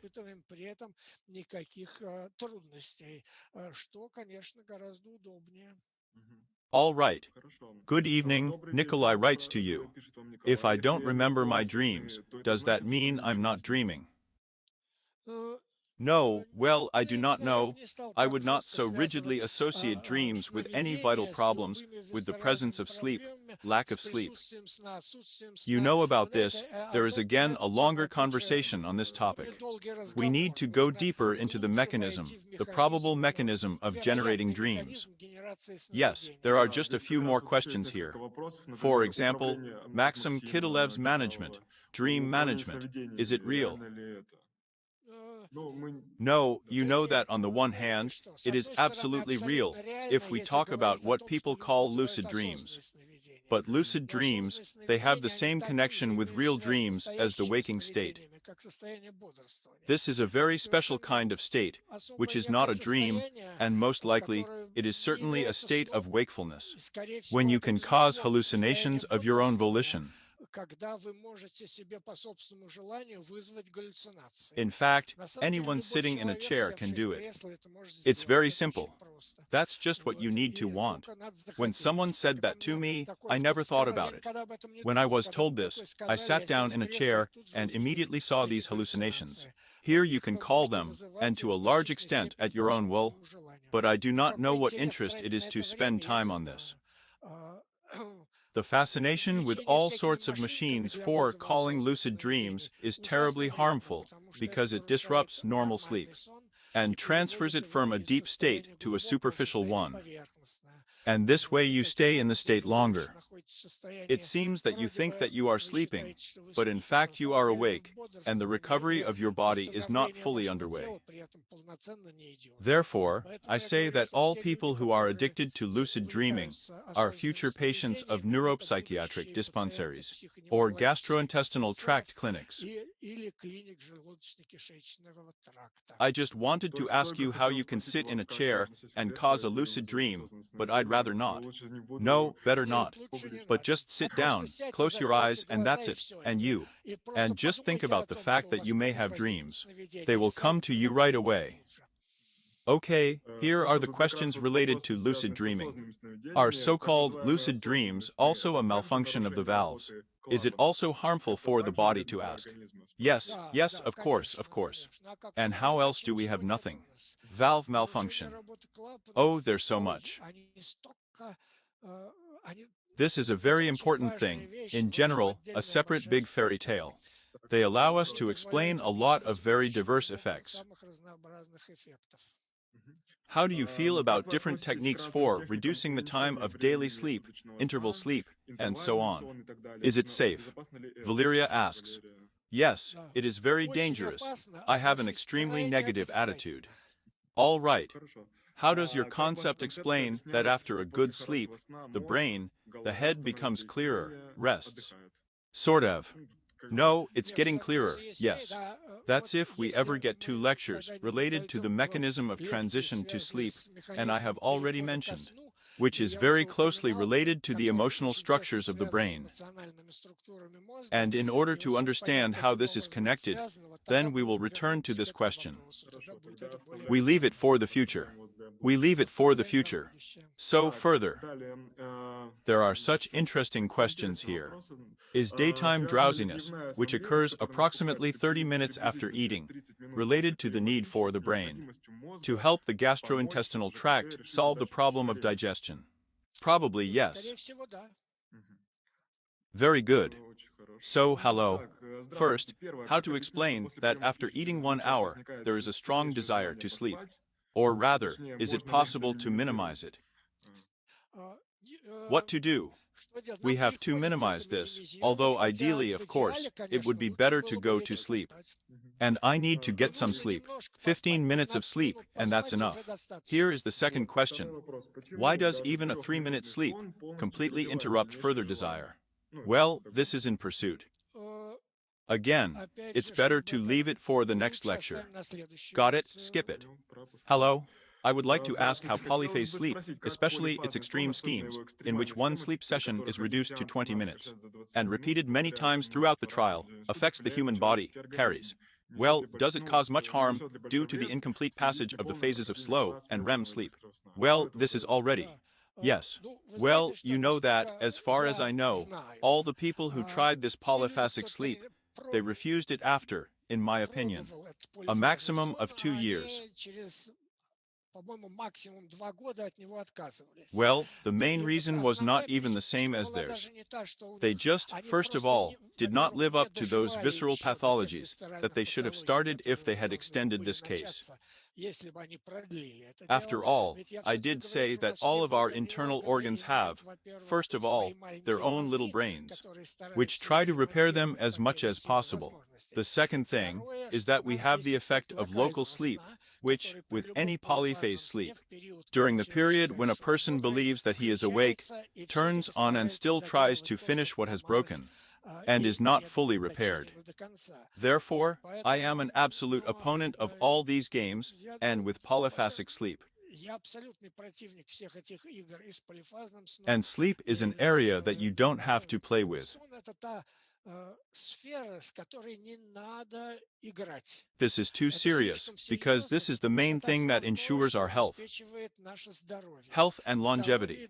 I am absolutely sure that with a serious attitude to sleep, and with the preservation of proper sleep and the proper amount of sleep, in fact, the life expectancy of the human body is at least 140 years. That's not with polyphase, but with our normal mode of such a long one-block sleep. Namely, by all kinds of sleep disorders, and ignoring the importance of this state, we have come to such a terrible situation that the life expectancy of 80 years already seems to us extremely happy and long, but in fact it is the same age, we can say. Youth still.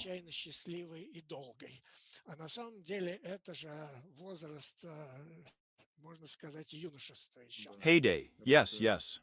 So again, I don't know, maybe we've already talked, but what can we say about lucid dreaming within the framework of the schemes shown? But we are planning. Yes, I'm saying that this is not a dream, it's just a waking state, the most common. Well, what can I say about it? Question next. Is the realization of sensory functions at the moment not carried out in the association of adjacent cortical fields, tertiary in Luria, with subcortical structures? Can these associations of zones change in a dream? So, this is a big and interesting question in general. In the waking state, then there is a problem. Luria, of course, lived at a time when he and all the surrounding neurophysiologists were sure that the cortex is the substrate of higher mental functions, and everything is done there. And now we understand that there is not, that it is being done, of course, not there. But these zones of the cortex make different preparation of input information so that these functions can be implemented at another level. And, for example, a local lesion of some cortex, its consequences, which Luria observed, this is absolutely true. Without this pre-processing being done in this part of the crust, our next level is not able to solve this problem. Therefore, of course, so to speak, the localization of the function that Luria left us is extremely important, and absolutely retains all its validity at the moment. It's just that everything doesn't end there. The pre-analysis necessary for this function is done there. And the final implementation of this at the cognitive level, which, however, is not very clear what is hidden behind this word so far for me, but still the fact that it is being applied now, is being done further. But this pre-processing, which is done there, it is quite general. It is made useful not only for the implementation of this function, but also for other visceral systems. It turns out that the same pre-processing is also important, but in order to solve their problems already different. And the interaction of zones, yes, it is. When we solve a problem, this very block, the cognitive block, which we have separately, also sends requests. After all, how does a computer work? He always sends requests to the source of information, what he needs to ask this. Right now I have this task, I'm sending a request to this zone. I need information from you, I need information from you, I need it from here. We send a request there, we send it, we get a response back. Therefore, we have these reciprocal connections in the brain everywhere, because we are constantly communicating back and forth, because we have to connect them. And so we see, when we solve a task in Vivacity, we have one picture of the connections of zones, because a combination of one combination of visual zones, one or the other, work for a particular task. During sleep, the combination of these cortical zones works differently, because the problems are different. Therefore, the combination of zones, which is typical for wakefulness, breaks up during sleep, but a new one arises, which is now needed for sleep. It's not that the cortex stops creating this combined processing involving many cortical zones.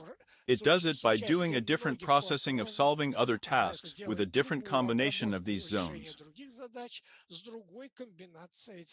Well, now there are even a number of works that have shown that this is exactly how it happens, and that when you go to sleep, so to speak, the picture of these intercortical associations simply changes, but they do not disappear altogether.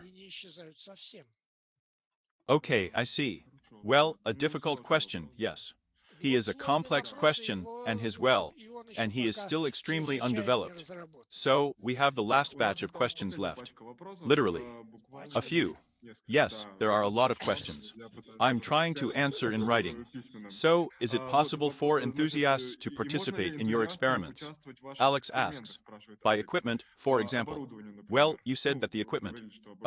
You said there is no equipment, but there are plenty of media enthusiasts who will make donations. Required equipment. Thank you. Well, of course, wonderful, wonderful. Everyone can. Okay, good. Those who want to help, write to. I had an email on the first slide. Either. If it is available in the record. In fact, the email was on the last one. If we turn on the last one, it repeats there. We are collecting those enthusiasts within the framework of the project 7 Bayer, Open Laboratories. Join us too, we're all there. Okay. So, how does the cerebral cortex repair internal organs, and what exactly does it do? Asks. Oh, I don't know, I'm being honest. But I like the answer. So, is the fact of processing information from internal organs by the cortex of the hemispheres, through which signals from the outside world go, an opportunity for regulating the work of internal organs, in accordance with environmental conditions? Well, no, you know I am. It's not very clear here. I didn't really understand the whole question, its entire scheme.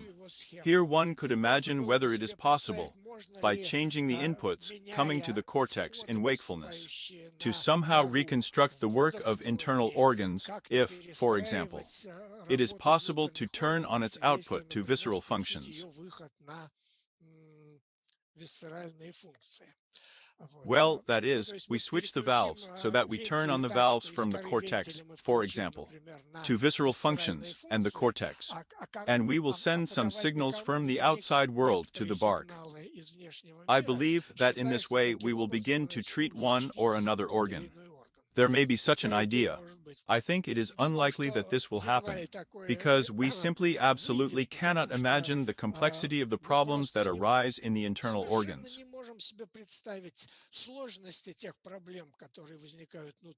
And what we know about them is so superficial that it's better for them not to try to get involved in this task. It's better to give them. I think the ideal thing is to ensure perfect sleep and perfect operation of these switches the way they should work. And that will be the best we can do. Yes, the only thing is difficult in terms of electrification, somehow in Russian. The fact that we are surrounded by artificial light sources and so on. Well, it's easy to turn off the light source from them.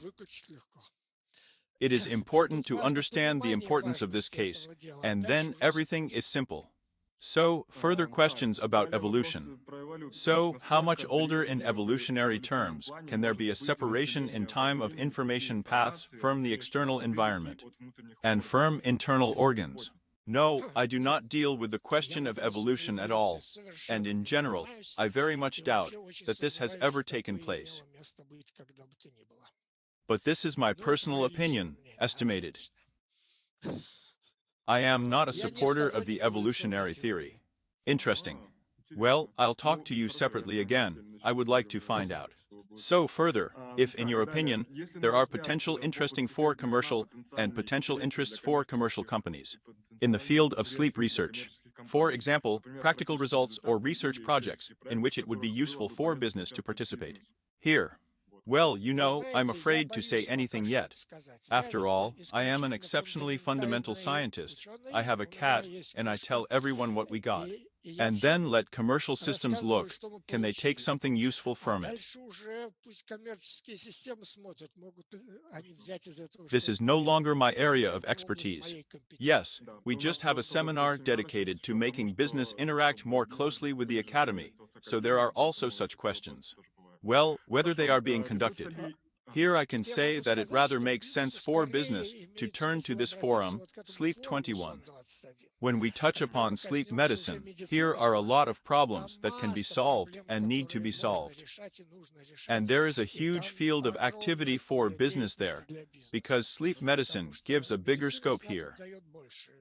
Well, we invite everyone to this forum. Then the question is, are they being conducted? I asked not to send, but then a few more were sent. Are sleep studies conducted in primates or humans in Russia? Of course, quite a lot is being conducted on humans, but none of this research is being conducted in any way taking into account the visceral theory of sleep. This is the development of classical approaches to stenology, which are still being developed or investigated.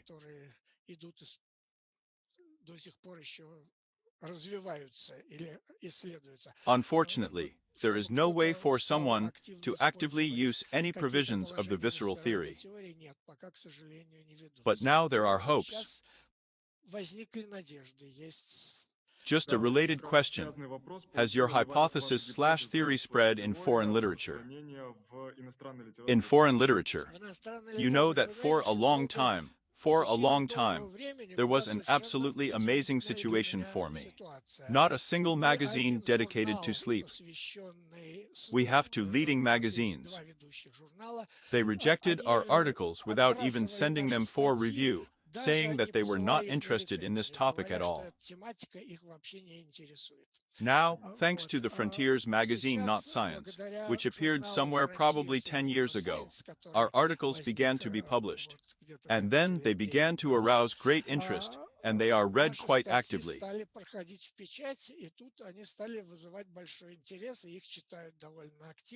And so gradually, there is a chance that someone there will know about our work.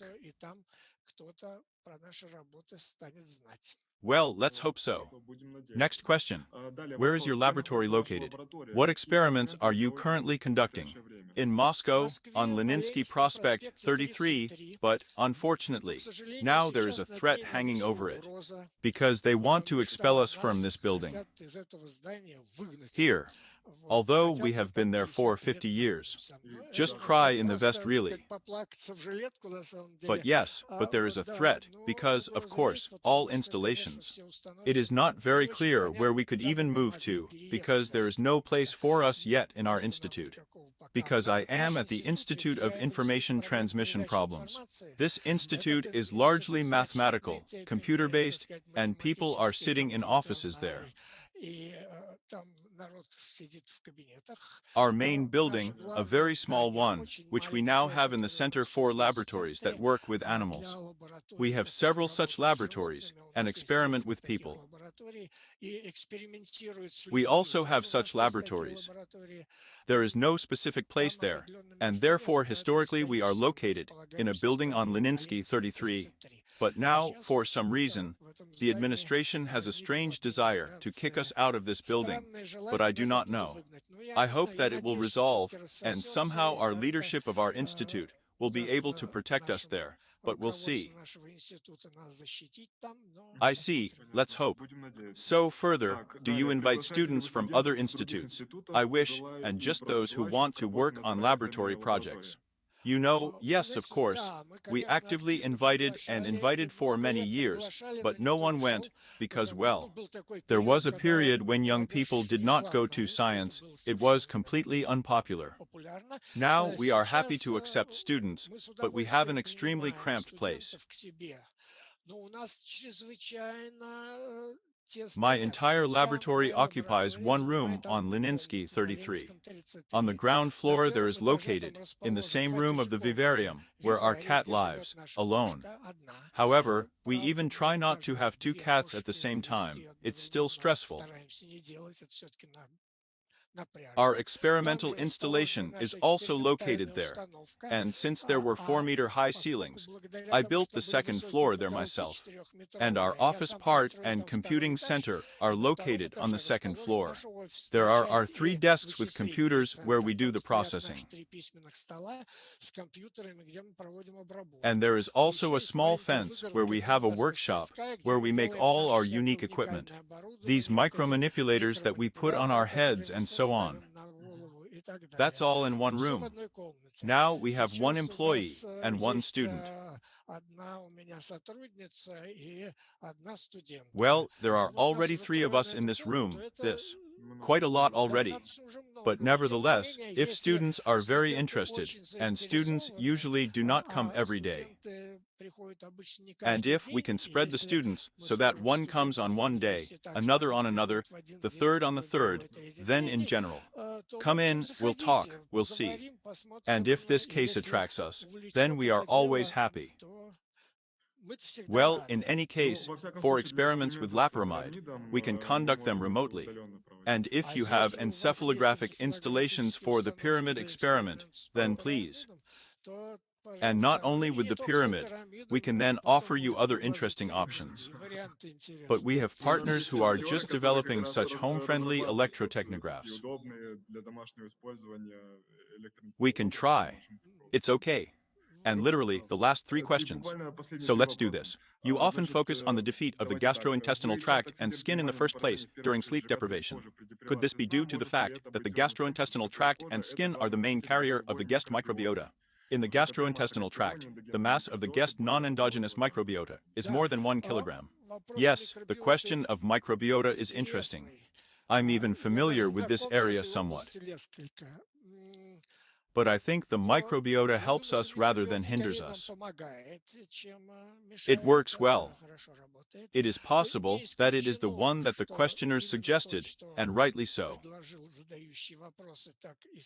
But I must say that the reason why the gastrointestinal tract suffers from sleep deprivation in the first place is because the stomach is the most complex organ of our body.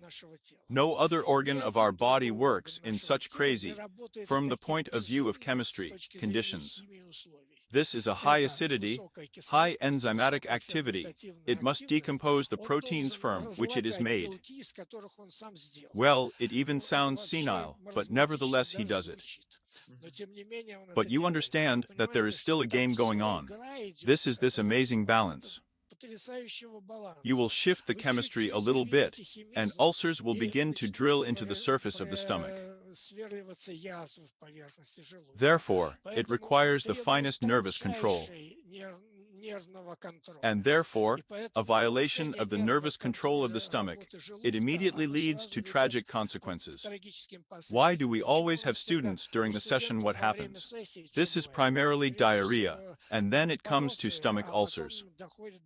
Because if they do not sleep for a sufficient amount of time, then the first sleep disturbance, it immediately affects the occurrence of diarrhea. For a long time, no one paid attention to this, because people somehow did not associate the state of sleep with the possibility of stomach upset. And stomach upset is easily explained by other reasons, but it turned out that this is a very closely related phenomenon. Yes, the problem is relevant, by the way, not only for students.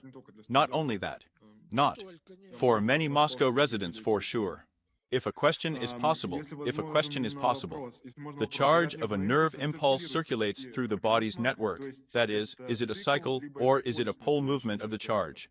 You know, no, Вы знаете, one nerve один impulse, of нервный course, импульс, goes конечно, from идет из point A to точки А point в B, точку it Б и ends там there. кончается. It doesn't Он circulate by сам не itself. циркулирует. It transmits a nerve impulse, it's not something that is needed in itself. Само по себе A нужно. nerve impulse is a Нервный carrier импульс — of это some носитель kind of какой-то information. информации. And whenever we И deal with всегда, the когда мы transmission of в сети information on the имеем дело с network, передачей it is first информации, она transmitted сначала from от one одного place to места another передается place, до другого where места. some receiver Там receives его it and ее accepts not некоторый only it, приемник but also принимает, some other и one принимает не somehow только ее, processes но it, и какую-то and другую, then sends как-то it to someone перерабатывает further. и потом посылает кому-то дальше. And here are the И ways вот of this пути transmission. этой They can be передачи, они могут unidirectional. быть They can be wrapped in однонаправленные, они cycles. могут They can be very заворачиваться в complex. циклы, они могут быть очень But сложные. here, Вот all это that we know все то, about the что мы знаем про computer, компьютер, all все that это will be true справедливо for the будет brain. и для мозга. Yes, so the question is, by the way, I do not know how relevant this topic is now. Well, I can't help but ask, because we have a full democracy. Maxim Semenikin asks, if not evolution, then what? It's just very interesting. No, I don't discuss these issues. I am an Ozon specialist, and I am ready to discuss this. And here I am a complete amateur. I don't know anything about evolution or anything else. It's easy for me. I have always said that I am not interested in only two problems in life, problems of memory and problems of evolution. I see. Two questions, the most recent ones. Does the long-term use of these drugs appear? And I don't know what they are. On the morphology of the brain.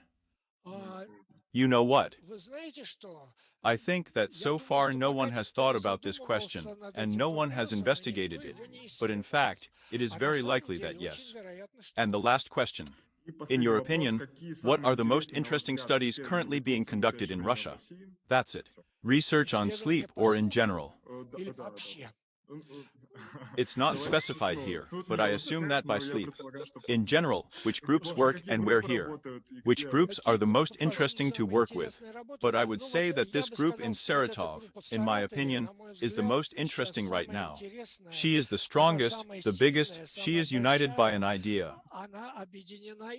But for me, in general, I am such a very ideologically organized person, and the main thing for me is that the research should not be under the motto it was interesting for us to see, but that some theoretical task, a hypothesis, should be set first, and then this hypothesis should be experimentally solved. In this regard, I like the work of this very new group, but very big. And so it turned out, in general, it is absolutely amazing for me that they received a huge grant, this mega grant for this research. And it's always nice to understand that a mega grant has come to people who are doing interesting and important work. Okay, well, maybe we should call them then too, maybe arrange it. Okay, I get it. Look, so we're done here. Thank God the questions were sorted out. I want to thank all the participants who, yes, are with us so far. There are 40 of them there, yes, at the moment, despite the fact that we have already crossed the 40 minutes planned. Here in the chat, many thanks to you for your participation. I also join them. Thank you for being with us at the seminary today, as well as congratulations on your upcoming birthday. You have an anniversary tomorrow, and we also know, so we are giving it from the Center for Neuroscience and from the seminar. So I will now give you this small gift after. I wish you all the best, long life, new interesting scientific tasks and results. Many thanks to everyone for the congratulations. Yes, indeed, it just so happened that somewhere my birthday happened before the forum, and right between this report today, which was very interesting to me. I really like to talk about sleep, especially in a wide audience, where not only narrow sleep specialists, interested people.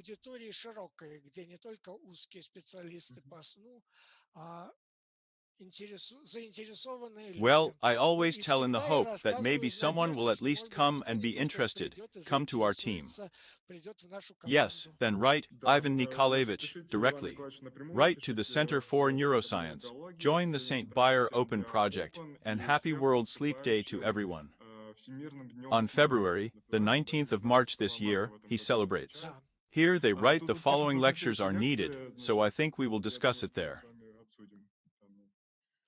Thank you, I'm always Я-то ready. готов всегда. All right. Okay, everyone, bye, see you later. Thank you, Спасибо, до goodbye. свидания. Before.